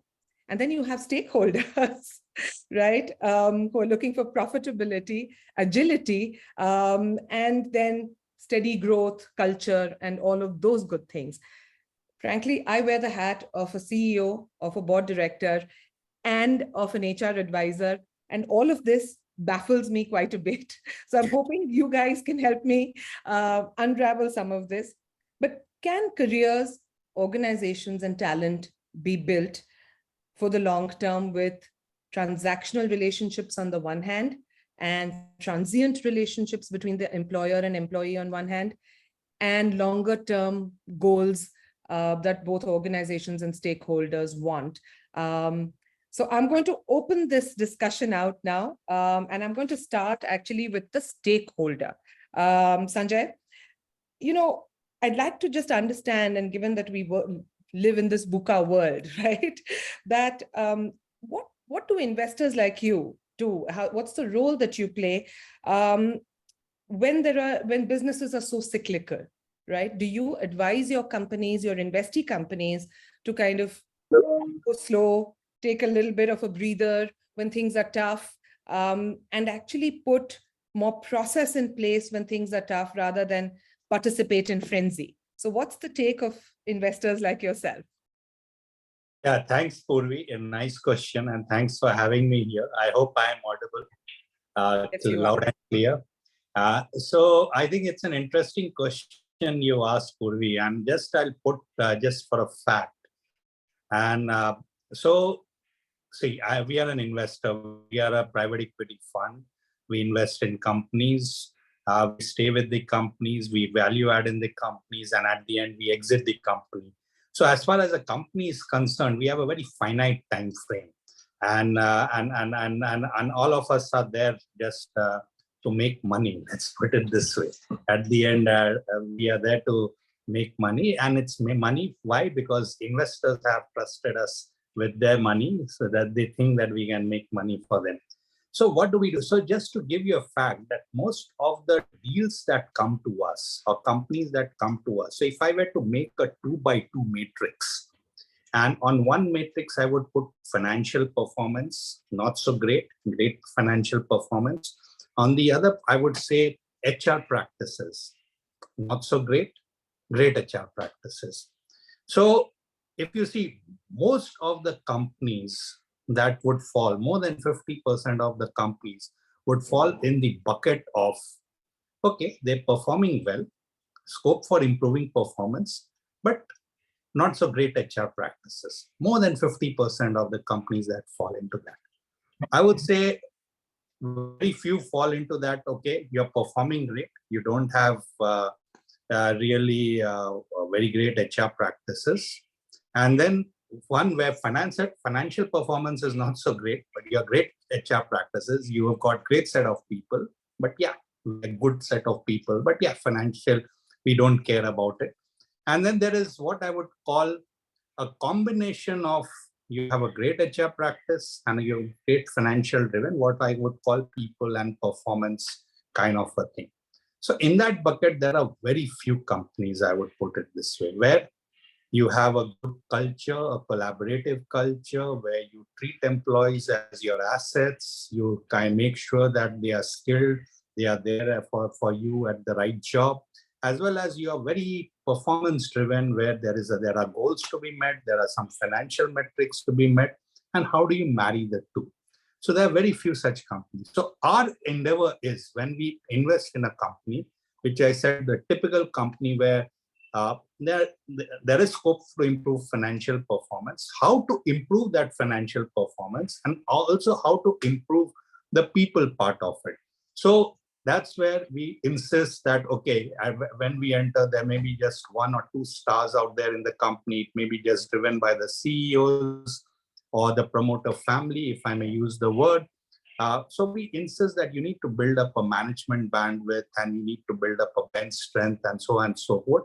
So the idea is to move both up the performance grid and move up the people grid. So that's how we kind of create, and that's how we see creating value for ourselves. So coming back specifically to the question, what do we tell companies? Definitely our take is that you need to be a little behind the hiring curve. You need to have people who have hunger in the belly, who can perform 2 levels up beyond what they are expected to perform. So that's how you develop passion. That's how you develop ownership. That's how you develop what I would call a part of bringing in everything to the company.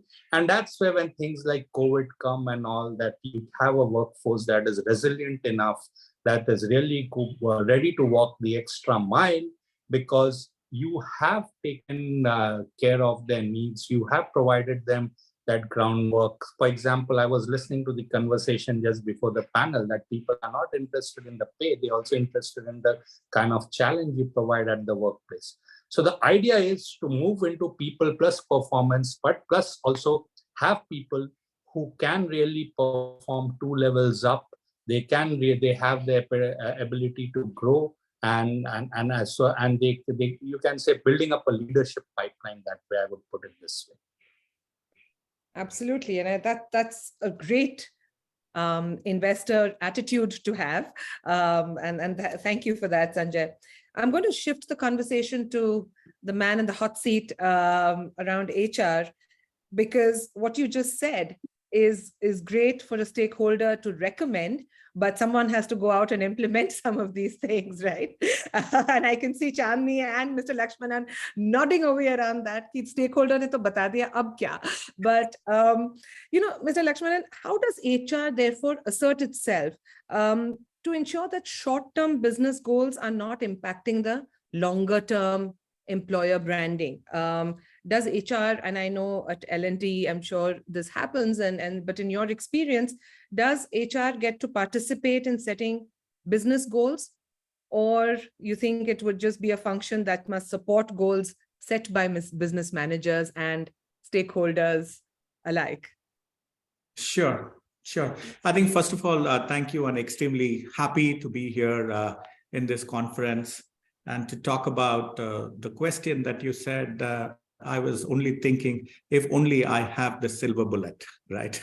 And I hope there are somebody out there who knows how to resolve this and who knows how to balance priorities, who knows how to read the mind of the young talent, who knows how to read the mind of the investor, who knows how to read the mind of the leadership team, right? But that said, last year was full of surprises, right? Economies recovered from the global pandemic. It pushed us to reimagine the way we live, the way we work. In the job market, you heard terms like quiet hiring and big resignation and quiet firing, and all of them, were big headlines, right?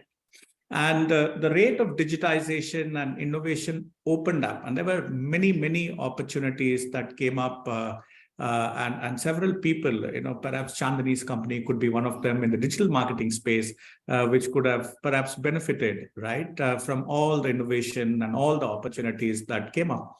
And we had very, very high attrition numbers. And, from a services industry perspective, we also hired a lot of people, right? There was a new metric. I don't know if investors are tracking it, but there's a new metric called net adds or net additions, right? Because the number of people going out and the number of people hiring, is the company really adding more people, right? Is the question.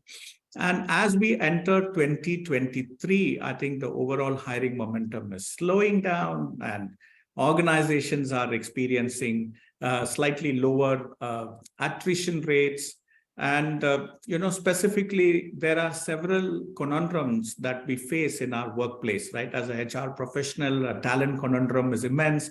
Do I ask my people to come to office every day, or do I allow them to work from home, right? And we are still figuring it out, right? Do I build talent and invest in talent, or do I buy talent when I need them, right? We are still figuring it out, right? Because people leave, right? You invest in somebody and the person leaves. And do you hire from top-notch colleges to get top talent, or do you hire from colleges where your retention rates are likely to be higher, right? The whole business of retention is changing very, very, very dramatically. Do you reward for top performers, right? Do you differentially reward top performers, which was the classical theory, at least for over the last 2 or 3 decades. But now people are talking about rewarding for collaborative behaviors, right? Rewarding team behaviors, rewarding as teams. So, things are changing so very dramatically. And from an investor perspective, he wants us to run the treadmill even faster, right? If you talk to my CFO, my CEO, they say, look, I have to be better than the industry growth rate, right? And if I am not delivering better than industry growth rate, that means my premium for my stock or my share price is going down. And therefore, there is a terrible pressure around there. And how do you balance that, right?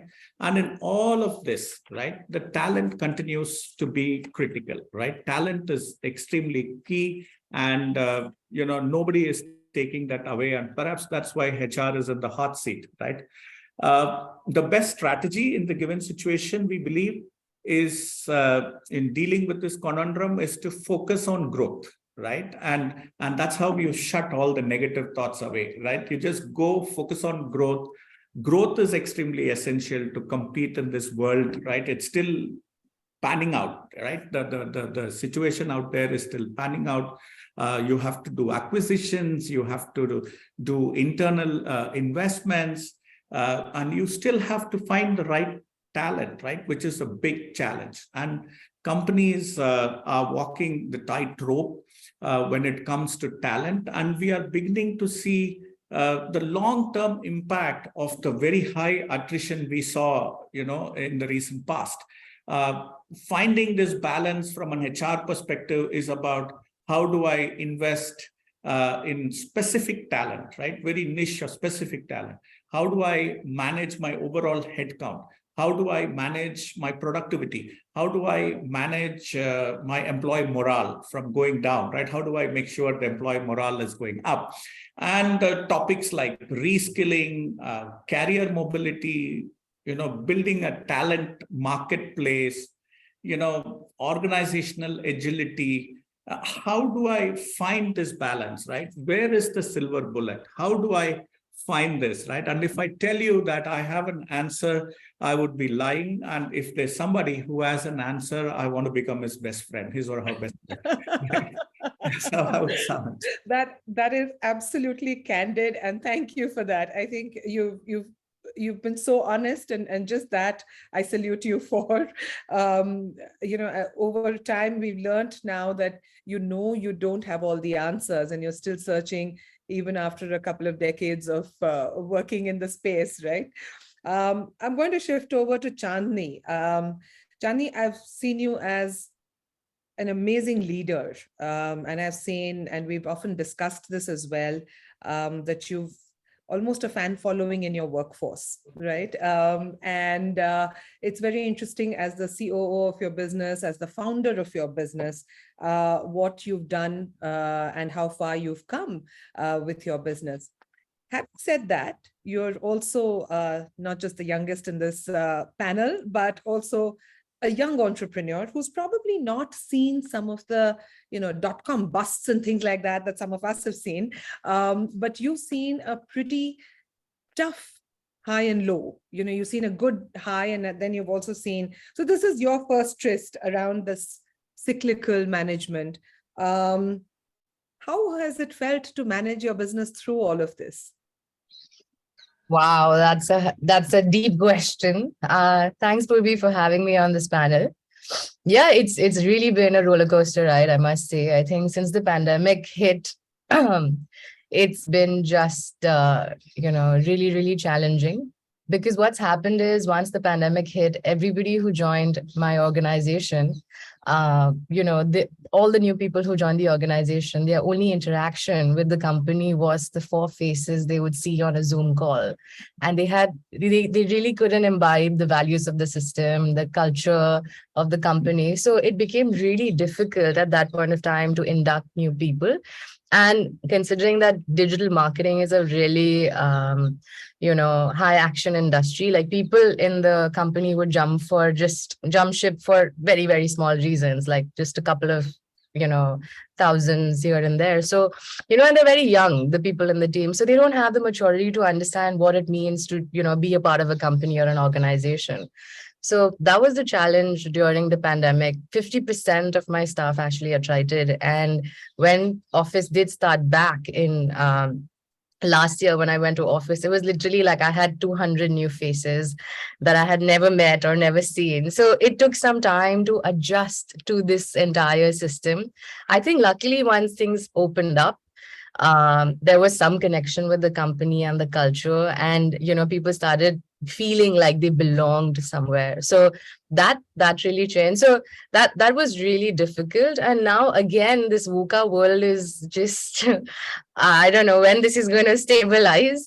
But yes, there is a lot of business pressure and market is extremely volatile. So here again, I think I have seen highs and lows. And one thing that I've always kept at the center of my mind is to, be completely transparent with my team. I think during the pandemic, bringing them back to work and explaining them productivity issues, or now, explaining them how volatile the market is, all of that, there is a serious effort that I've put in to be transparent and tell them that, hey, there are 2 things. One is factors that are in my control, and second is factors that are not in my control, and being very transparent about how I am communicating that so that they know, and ensuring that there is fair decision making happening, keeping the employees sentiment and their lives in mind.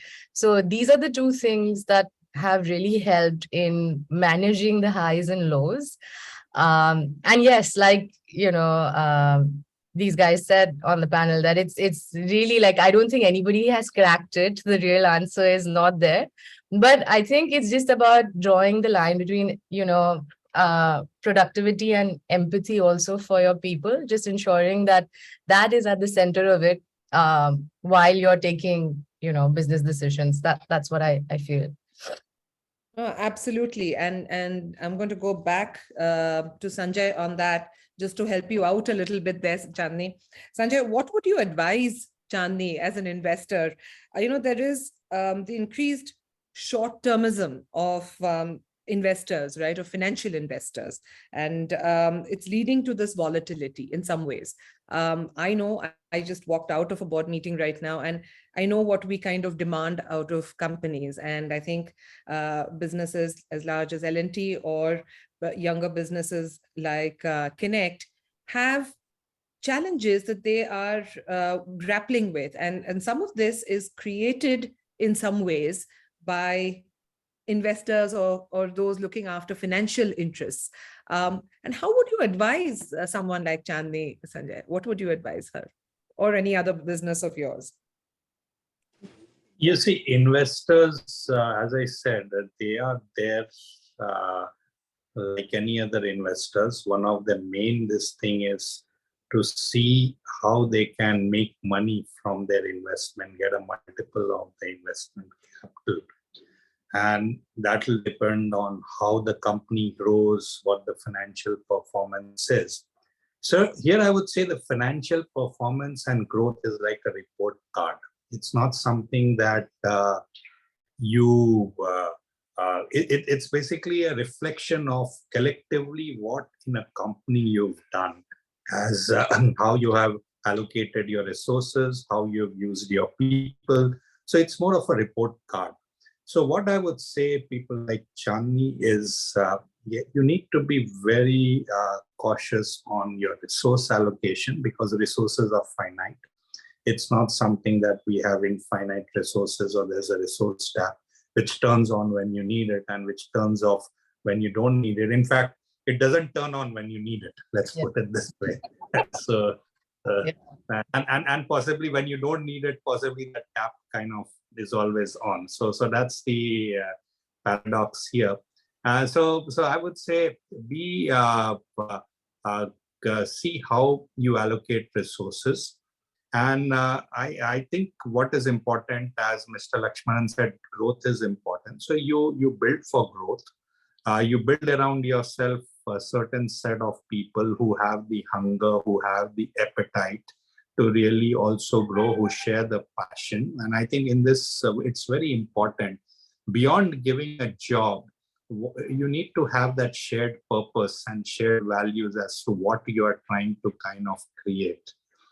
And focus on people who can bring in that desired impact. I would put it this way. Suppose I am she's in a digital marketing. What are some of those critical impact-driven roles that I have?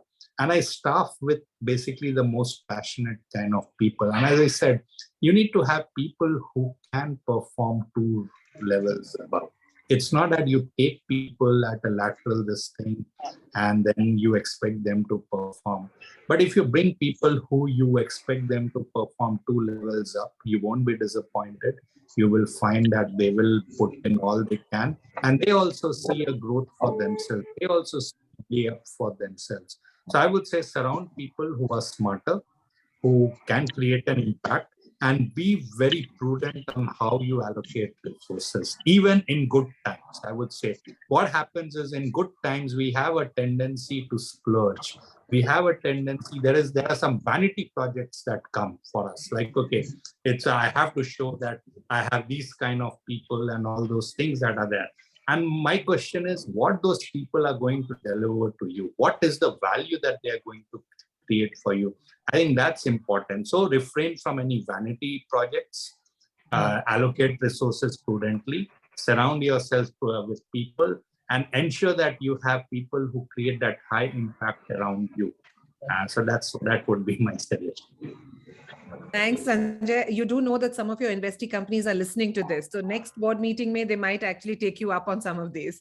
No, very much. It's not something new that I'm saying. Absolutely. And that's great to hear, because I think there is a short-termism and, with the availability of liquidity, I think globally, where there's been expansion, there have been some incomprehensible changes and risks that companies have taken, right? And that has led to a lot of things like CXO and CEO, loss of reputation that has led to sometimes even risk aversion later on, and of course, significant correction in stock prices. But, I think moving from there, and I use this analogy a lot, Mr. Lakshmanan, saying HR is a bit like parenting teenagers. Everybody needs HR, but at the same time, there is a constant state of rebellion as well with HR. So for HR, it's that conundrum of being needed on the one hand and then being rebelled with on the other hand, right? What has been, in your experience, how have you managed to retain employees in all this, whether it's the market euphoria or the lows of a pandemic or a war or a supply chain challenge or the great resignation? What has been your experience? Sure. Thank you. I think, time has come to say HR in a monosyllable way. I think it's now leadership, right? And it's about leadership. It's not about HR anymore, right? HR is very much part of the larger leadership team today. That's part A. Part two, I think, when we are talking about dealing with the situation on the ground, one mantra stuck to me always, and I think Sanjay very briefly referenced to it. You can't have a culture for a good time and another culture for not so good time, right? Your culture has to be same. Your leadership behaviors have to be same. I love the way Chandni said, right? You be honest, you be authentic, you be transparent. You let people know what you are doing and why you are doing what you are doing, and people come around, right? As long as you are seen as fair, as long as you are seen as consistent, I think those are some of the key things, right? Being authentic, being empathetic. I think Chandni again called out that very, very clearly. I think these are some attributes that leadership should have. It's no more a HR problem, it's a leadership problem, right? And if as leaders we are able to demonstrate, and that's precisely what we did. When the pandemic struck, we said employee health and safety is paramount, right? Whatever requires to be done will be done. It didn't matter that our EBIT went down 10% point. It doesn't matter, right? It doesn't matter that our revenues went down 25% point. It doesn't matter, right? Employee health and safety is paramount. And I think that one message my CEO gave me, lax, go around, do whatever it takes, make sure that our employee health and safety is paramount. Now, working for a group like L&T, you can actually fly medicines and injections from one part of the city or country to another part. And those were some of the advantages. You could have your own quarantine facilities. You could do your own doctors running around and helping people find beds in hospitals when it happened. So therefore, I think to sum up, I think, being authentic, being empathetic, and making sure that you're listening to your employees and you are able to answer their questions as transparently is critical. And that's what we did. That's what all the companies did. And that's what we also did. Sure. No, that's amazing. And I think a lot of companies that today can stand up and say, we survived all of this, are companies that just put well-being and safety ahead of all other profit numbers, all other stakeholder asks and demands. And I think that's a great way of managing business, really, and business continuity. And the best part is we bounced back. We went back to pre-pandemic level. So it was a short phase, right? Yeah, and I think that patience and the ability, the maturity, the leadership maturity to know that this too shall pass is so required. Chandni, moving to something that's just been happening with you recently, and you were mentioning that your business is moving stakeholders. You're getting larger stakeholders now in your business and selling your business to a much larger global network.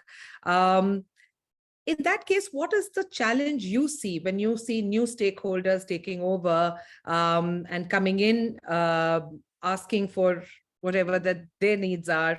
What are the talent challenges that you foresee in the future as a business manager?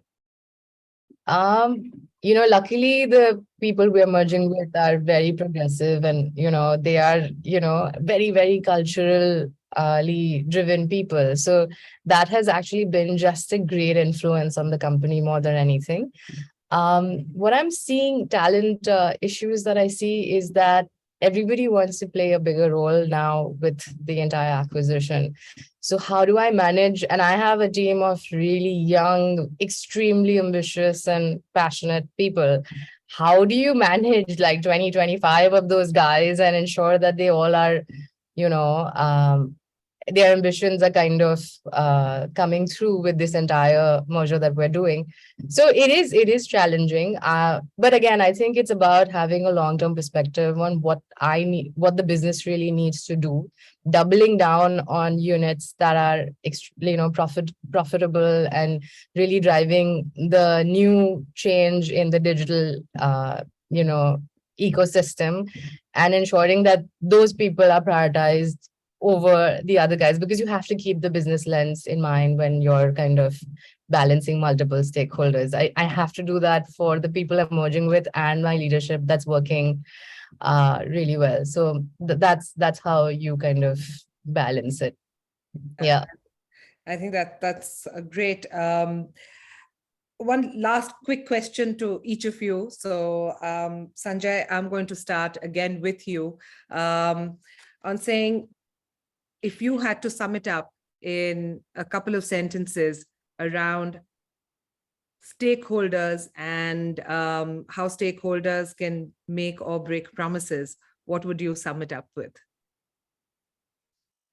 I would say, see, at the end, when you get into a company and when you are there, I think that alignment is very important. So that alignment of interest, what I would put it this way. So when I get into a company, I have a certain expectation from the company. The company has a certain expectation from us, and I assume we are aligned to. And if there is no alignment, obviously there won't be any deal. If there is alignment, then there is a deal. And we set ourselves up for a certain growth path, a certain I would call a certain how we are going to work. And I think it works best when you are kind of walking that talk that you had. Now, there could be situations like COVID came, which were different kind of a thing where you need to deal with it in a different manner. So I think the purpose is, I think both sides needs to show the flexibility. So I would say as a shareholder in a company, I also need to show that flexibility. But as the company management or the key people in the company, they also need to have that flexibility. It can't be that, okay, you being the stakeholder or shareholder, you do everything that you can, but I'm going to go on my own merry path kind of a thing. See, at the end, this is a trade-off that you have to really make. So I would put it important. I would not like to get into surprises because I don't like surprises. Surprises in the sense that with things which are under our control. But what is important is alignment. How do we align ourselves, and how do we keep on reinforcing that alignment? I would say, okay, things may not pan out as we thought of, but then how do you keep on reinforcing that alignment? And I think, remember, I think at the end, one has to really look at it. Everyone wants the company to be great. I don't think so anyone wants a company to be, at least from my perspective, if the company is great, then only I'll make money. If the company is not great, then I have a lot to lose. So the purpose is to how do you make it a great company? As I said, both people and performance centric company that really you need to be there. So I would reinforce on that we need to have that alignment. And that alignment you need to keep on reinforcing that alignment as you go on. And at some point in time, and I think part of that alignment also is how do you address conflicts? There could be different opinions people would be have. And I think the maturity is there that how do you address conflicts? How do you kind of see each other's view that really is there? It can't be it's my way or the highway kind of a thing that really is there.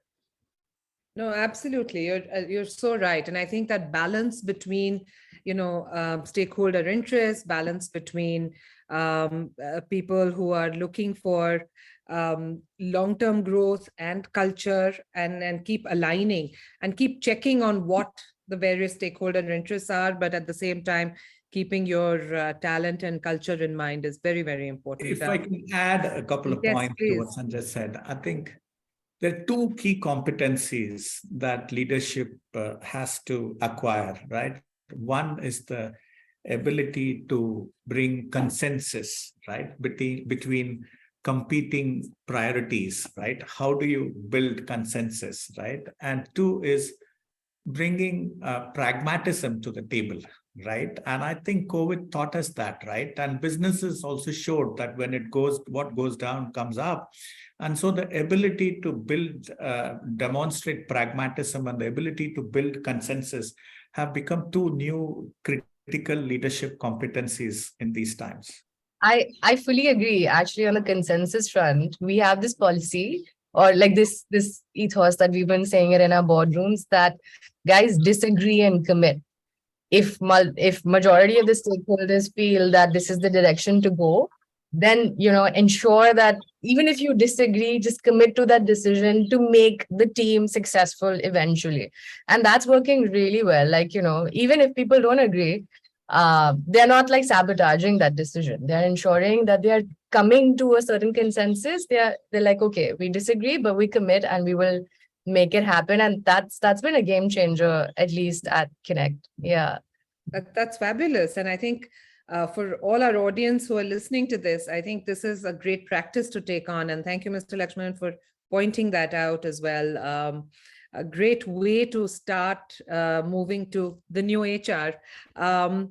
Lakshmanan, one thing that I wanted from you as a comment, if we say that bad news is assumed, right? And I know that good news is sometimes an entitlement, but bad news is assumed. How do you communicate bad news? Any advice for our CEOs, HR heads, and even our stakeholders? Yeah. So having been in this business for so many years, I think, people call you Osama bin Laden and Mullah Omar and all of that in organizations several years ago, I'm talking about. But I think one thing I have realized, have I communicated bad news to people? Several times, several hundred times, right? I don't have a count. But somehow I've managed to remain friends with them much after. And at least more than 75% of them have gone on to do even better, right? And I think the key is we are in an industry, services business is booming. So if not this company, another company, and they get on maybe better roles, better jobs that match their capabilities and competencies, and they go on to do well. And as long as you are very respectful, as long as you're not personal, as long as you're leaving a hope on the table, I think it's extremely important, right? And don't try to give promises that you cannot keep, right? And say what you can do, and be extremely, extremely respectful. I have been pleasantly surprised by the way people responded when you are honest, authentic, respectful, empathetic, and people have gone on and they are still friends, right? So I think it's not something that's taught in any B school. It's not something, it's something, it has to be cognitively learned. And nowadays, when I have these difficult conversations, I also have somebody else in the room and say, this is how you do it, right? And then people acquire, and it's a cognitive skill. People have to observe others do and pick it up, right? And you can say authentic, you can say respectful, but people don't understand what authentic means. Keeping promises, people don't understand. You have to come, sit, see the entire 9 yards. And then you will find that people are still friends, right? I don't think I've had an enemy out of any difficult conversations I've had till now, fortunately. That's very, very commendable. It is hard to keep that balance. It's a tightrope that you're constantly walking. And it's, as I've said in the preamble to this session, that it's an unenviable position of every HR head in this world of volatility and change. Chanti, as a business leader, I know you have HR as a function, or it's a part of your function, your business functions.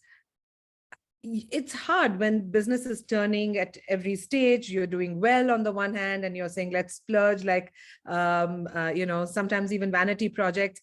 And it's maybe not even just something that you want to do it. Sometimes that HR wants to do it, to say, look, we need to do this for morale, or we need to do this to posture. And then, things suddenly change. And how has your relationship been with HR around all of this, in all these highs and lows? They've been my backbone, really. Like, I think the only way and it's a service company, right? So it's completely about people. So they've been my backbone. They are literally like my business partners when it comes to like how we kind of make, literally every quarter happen. And, it's been a joint ideation. They've really pulled in and advised me on how I should manage the thing. But there are 4 key things I think that I've done with them is that when we were writing, we really focus on to understanding what are the existing reasons of the employee turnover and really pinpoint and understand that really, really well. Second was we always prioritized employee engagement and well-being basis what the business could afford.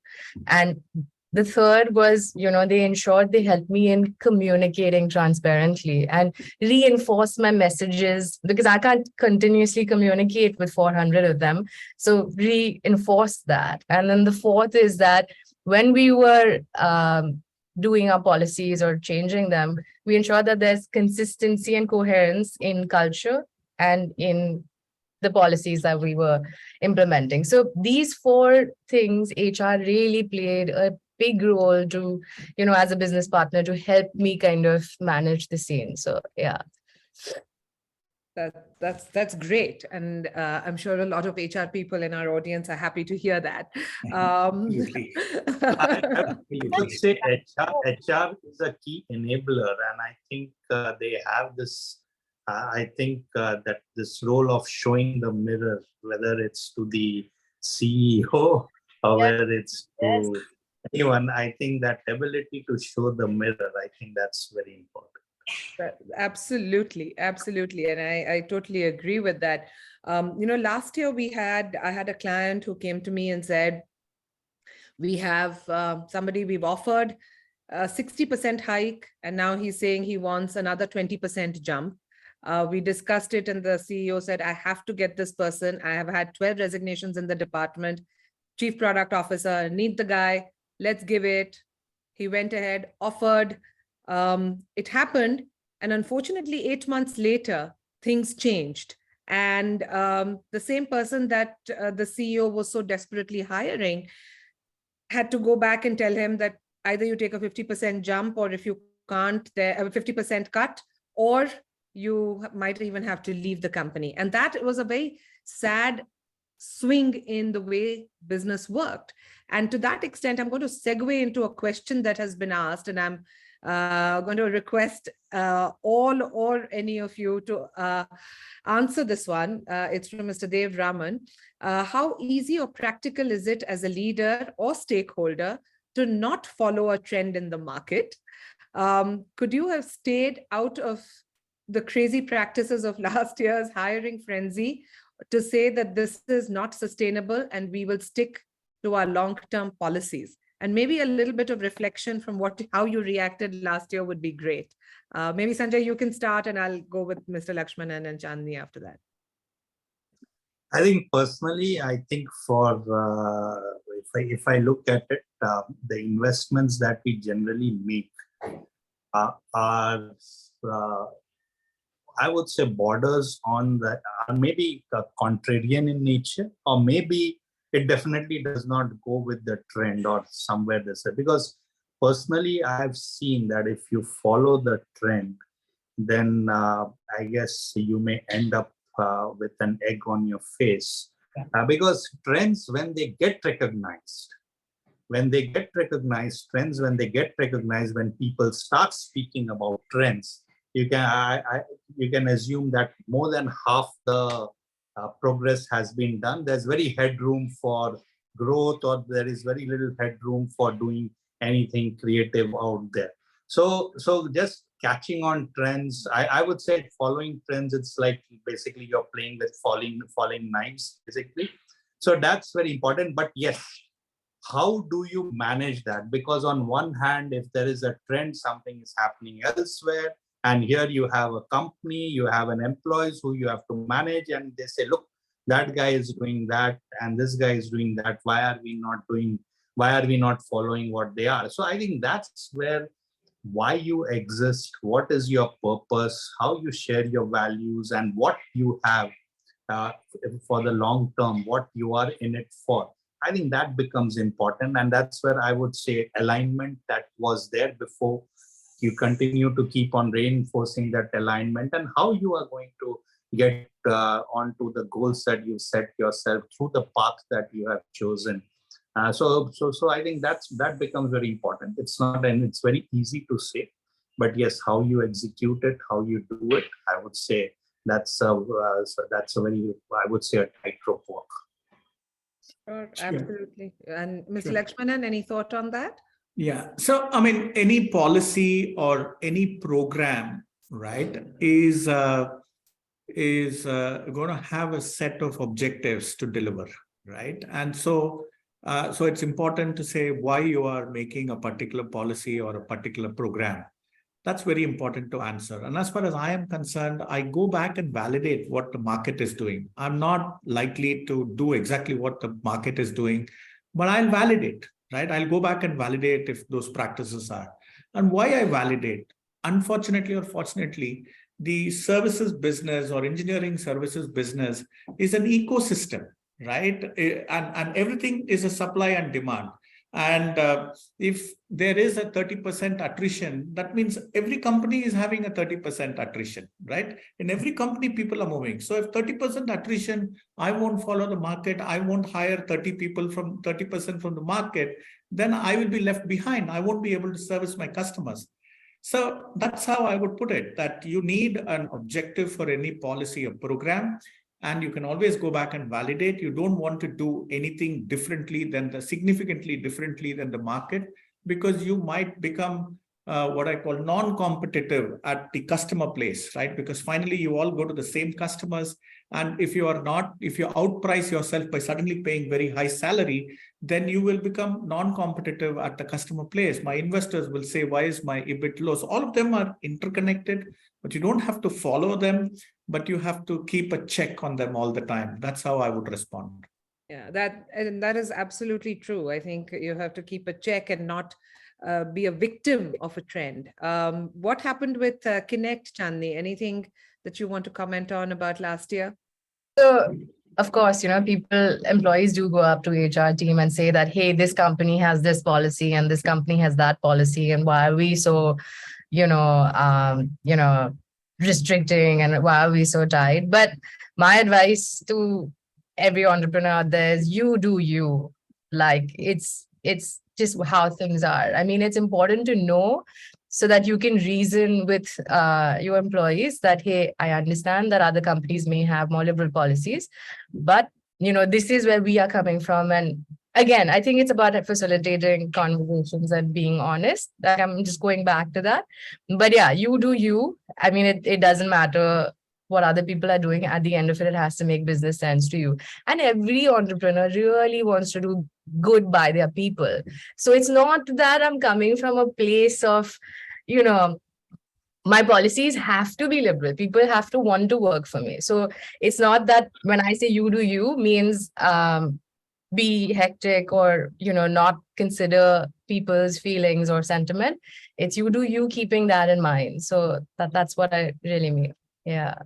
Excellent. I think authenticity is what it is about. And that brings me to the second question, which is really, I think, the crux of this session. How do we balance the demands of multiple stakeholders with reality, especially when there are conflicting requirements? And this is so true. I mean, CEOs are asking for something, stakeholders, investors are asking for something else. Business managers internally and CXOs are saying this is what we need. Employees down the line have their own views on what they want. So anyone wants to go? I'll let the panelists choose who wants to go first. Let me go. I mean, the question is whose reality, right? Reality of yesterday, reality of today, reality of tomorrow. Who knows what reality are we talking about, right? And therefore, thankfully, the whole business of the business cycles, right, which used to kind of see one up and one down in maybe 10 years or 8 years, we saw the whole cycle in 2 years, right? Between April of 2020 to April of 2022, you saw a cycle that went up and went down, went up and again went down. So it's right in front. Which reality are you talking, right? And look at the tenure. It's just taken so short. And I believe it's going to be that way going forward. We're going to have very short spikes, short down, short spike.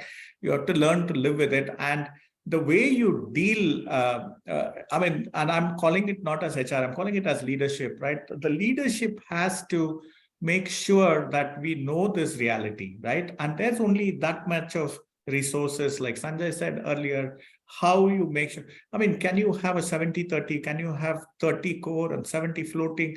You have to come up with newer models. Like I said, I don't know. I'm experimenting several things in my company. The good part is, collectively as a leadership team, we listen to each other, right? We may disagree on several things, but we listen to each other. And I think we commit, like Chandni said, we commit to do something. We have to hedge. You have to hedge on some things. You're going to hedge on talent. You're going to hedge on technology. You're going to hedge on infrastructure. You're going to hedge on some things. And some of your hedges will go right. Some will not go right. But the question is, the core principles of authenticity, empathy, relationship, that is not going to change at all. That is permanently true, whether it's during the up cycle or down cycle. That's how I would respond. Thank you. I think the core values is very, very important, even within the conflicting requirements of stakeholders. Chandni, have you seen conflicting requirements in your business? Yeah. So for me, typically how I do this is I call the team in and I'm very prepared for this meeting because I know that I cannot demoralize anybody. So what I do is I go back to the data. Anything like that, hey, this department did XYZ business and therefore we've got to focus on XYZ client, I'll go back with data. And then the conversation just fizzles out in the sense that people just know how to act if they're, empowered with the right data, keeping the business lens in mind, then there's no conversation after that. Like, it's not a whim that I'm just saying, hey, let's do this because this is what we should do. I'm giving you every possible reasoning, and then that's the way to manage it. But it's really important for all leadership to go and attack these conversations, being fully prepared, ensuring that your team's not getting demoralized. You have the right kind of data to support the conversation you're having, and then enforce, disagree, and commit. So I think it's all of these things that lead to making this slightly easier. Yeah. Absolutely. And we have one question, and this is actually a very interesting question as well, because I've often been asked, कि कितना बताएं, how much should we tell a prospective candidate and employee about the real health of the company and how it's doing? So we have a question from Vishwaja. How transparent should the entrepreneurs be in terms of sharing financial condition of the organization while hiring senior leaders, as employees today expect transparency? And I want to actually add to that question, because I have you guys on the panel. And how do you ensure that they're not demoralized? And, it's not communicated downwards in a state of panic also, because once it's getting communicated downwards, the maturity levels are like really bad. So yeah, I'm going to leave the questions to the senior people on the panel to really tell me how you all are doing this. Yeah. I think, see, there are two things, and I think Mr. Lakshmanan said this. If you have the authenticity, and if you have, and if you are not communicating it in a personally driven manner, see, you can have bad news, you can have good news.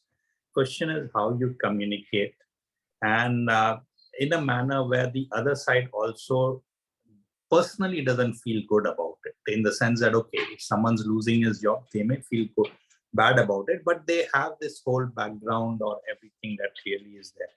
So coming back on this whole transparency to a potential hire, I think if I'm the CEO, I'll have to ask this question, that if somebody has asked me a question, and if I have not answered him in the right manner, and tomorrow he comes and works for me, can I see him in the eye when he finds out that what I have told him is not true, I have misrepresented?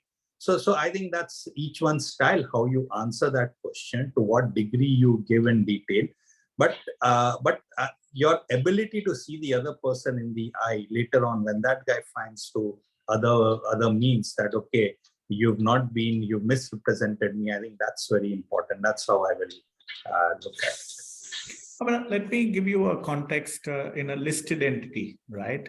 Listed entity, of course, the financials are all out there. Everybody can see the numbers. But I want to give a different context, right? Even in a services business, there are some projects which are not doing very well, right? I call them the bloody projects, because there's so much of blood oozing from the project managers and the project leaders. Employee attrition is high, morale is low, customer is unhappy, every day customer is beating you on the nose, and this guy has to take. Now, you want to send your best talent to that project so that that project can be salvaged, that customer can be salvaged. Now, the best fellow in the team tells me, why are you sending me there? Right? Everybody knows that customer is going to die. Everybody knows that project is going to die. Why are you sending me there? And when you are in such a situation, how do you back up? Do you believe that that customer is salvageable? If it's salvageable, so you send the best talent. Could you underwrite his incentives for a year or two? Do you back him up? Are you willing to say, okay, the contribution margin for this project happens to be X. I'm willing to take X minus 10. I'm willing to put more money on the table for the employees. I truly want to turn it around, right? And so in an unlisted entity, also the situation will be somewhat similar, right? So you have to commit, right? As a leader, you have to say that I'm willing to put my best talent on the ground. I'm willing to bring the best talent on the ground. I'm willing to underwrite. I'm willing to do everything. Now, underwriting, not necessarily only monetarily, right? There'll be other pieces to it. But of course, a judgment, right? It's a business judgment. You want the customer or you want the customer to go, right? Most of these bloody projects, at some point, you make up your mind, this is done, be done with it. Or you say, yes, I want to salvage it. I have a larger relationship. Then I take down the thresholds for margins. I invest more money. I put my best talent. I underwrite my talent. And that's how you salvage that customer and that account. Sure. That's interesting. That's a very good way of, and you're absolutely right. For listed companies, it's slightly different than for entrepreneurial businesses. And we have a couple of more questions. I'm going to quickly go through it so that we don't run out of time. I think this one probably is for you, Chandni. How would you deal with a client who doesn't value ethics, yet is one of the highest revenue generator for your company? Yeah. So client as a stakeholder. Yes. In fact, they are the most important stakeholder. Exactly. I do this every day. So firstly, I'm very grateful for every client that I have on board. And I think everybody in the company should feel that way. That, hey, today we are what we are because of the kind of business people are trusting us with.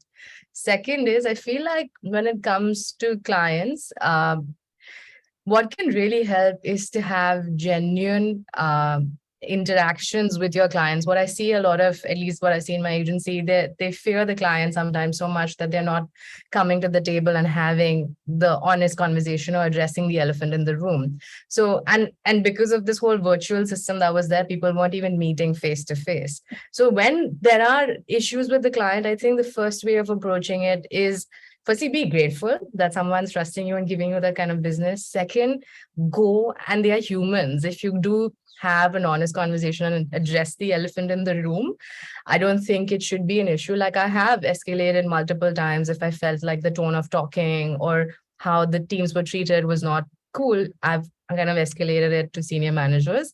And if it's completely out of line, then you have to take a hard call of saying that, hey, you know, this, how much of our money doesn't warrant how my people are treated. So it's that. But I think the first attempt is to really have a genuine conversation, go to the client's office, have even things like, casual dinner parties and stuff kind of drops the conversation to a more informal level. And then you kind of break the ice and really come to know that why is it that the client is treating you this way? Because I feel like nobody wants to treat anybody badly. It's possibly, coming from a place. And if you manage to address that, it's a really good place to be. And if the person is just wrong, then you have to take the hard call. But out of 100 times, I've seen 99% of the times, honest, genuine conversation just with the client has changed things around. And, we managed to retain the business and have a long-term partnership with that client. So, yeah. No, absolutely. I think that is true. And you have to be able to have that conversation very clearly. I'm going to end with the last question, and Mr. Lakshmanan, this one, given that you're in the hot seat and in technology, both very hot, how do you manage people in an environment where they feel entitled to get the best of everything in good times, but also feel that companies should never fire anyone when things are slow? Like I started, I don't have the silver bullet. 1, 2. I think the whole business of what you called loyalty is getting redefined, right, in our times. Right, the business of loyalty is getting completely redefined. Customer is not loyal to the vendor or partner anymore. Neither are companies loyal to employees. Neither are employees loyal to companies. It's one way though for the employee. He doesn't want to be loyal, but he wants the company to be loyal, right? Unfortunately, right? Now it's a very difficult phase where we are in, right? And I think these small term contracts are going to become the need of the hour. I think with the COVID and newer terms of employment will start becoming a reality, right? And it's not going to be the larger companies, but it's going to be the smaller startups that's going to have these short-term employment contracts that have people come work in many, the so-called, full-time employment model is going to get challenged, and therefore you're going to have a small set of full-time employees working for you, and you're going to put all your employee value proposition framework around those full-time employees, policies, processes, benefits, compensation for those full-time employees. And there's going to be a whole new set of employees who are going to be transient, and you're going to have new sets of policies and processes, and you have to set expectations, right, with this set of people. And this will happen. I expect this to happen in the next 2 to 3 years in this country, and it's going to become business as usual by 2025 onwards, right? Everybody will accept it, right? And it's only a question of time when all this expectation mismatch will get leveled. At some point, everybody will level with each other and things will find an equilibrium. I'm optimistic. And with that, I'm going to, on that very optimistic and happy note, thank you very much. I'm going to end with saying, and this is someone else's saying, that businesses create profit streams, but organizations create value. I think HR creates continuous value in business and organizations. So thank you once again, all three of you, for being with us today, spending the time and sharing all your thoughts, invaluable learning today. I know I have taken away a lot. And we really thank you on behalf of BMA for coming in this morning and sharing your time and your thoughts. Over to you, Supriya. Thank you, Purvi. Really very interesting discussion, very difficult answers, questions answered in a very interesting way with different perspectives. Like as Mr. Lakshmanan said, there's no silver bullet, but yes, these viewpoints, your experience, it matters a lot. It gives us ideas, and considering that it was coming from different backgrounds from all of you, I mean, the composition of panelists was such, I think we all have a takeaway in some way or the other. So thank you very much. It was an interesting session, and great questions also, actually, Purvi. Okay, so I would request Purvi, you to present the vote of thanks. Yeah, that's the easiest thing to do, but it's also the toughest because there are just so many people to thank. This conference would not have come together with the blood, sweat, and literal tears of so many different people. And I would like to start off thanking, first of all, our sponsors, IMT Nagpur and Zing HR. They have been generous and have been extremely supportive with this conference. Thank you once again, IMT Nagpur and Zing HR for participating and for giving us the support and showing us that HR truly and really matters. And new HR is something to be talked about. Moving on, I would like to thank Shiv Kumar, who I don't know if he's attending today, but he kickstarted the session yesterday with a very lively conversation around the role of HR and the role of new HR. Thank you, Shiv, for being a part of the HR conference. Our conference mentor, Mr. Yogi Sriram, thank you very much for helping us and mentoring us through this, helping us bring in speakers. A big vote of thanks to all our speakers. We've had professors, CHROs, CEOs, CXOs, come in, commit time from all over the country and making sure that they were there on time and giving us their valuable input from across industries, across sectors. So a big shout out to all of them. I can't thank my EC colleagues enough.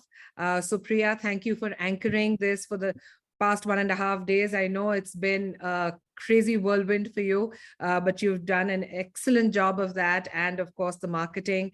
Thank you, Shripad, for being on the sidelines, behind the scenes, but constantly being there for all of us and making sure that this was absolutely seamless. And all our other EC members. And last but not the least, Rajesh ji, thank you very much for being extremely supportive, coordinating all those crazy meetings we had at all odd hours because none of us were available at a time that you wanted us to be. So thank you once again for that.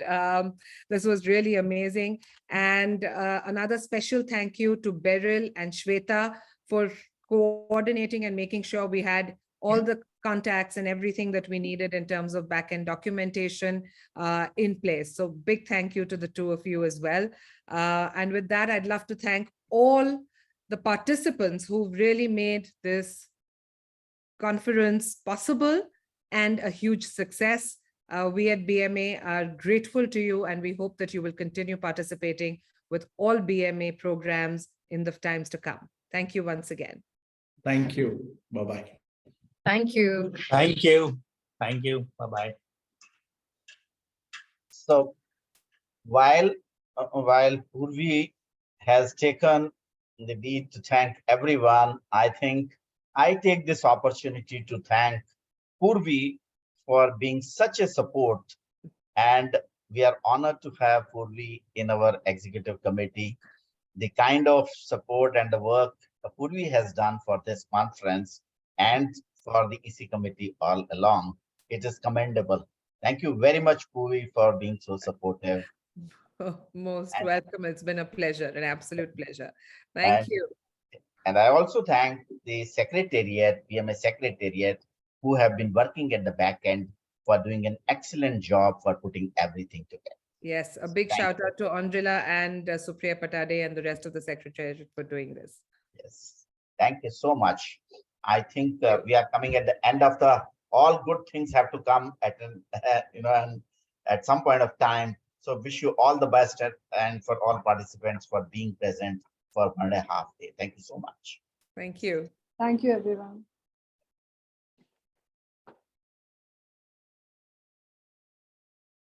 Thank you, everyone. Should I close the meeting? Yes, ma'am. Thank you.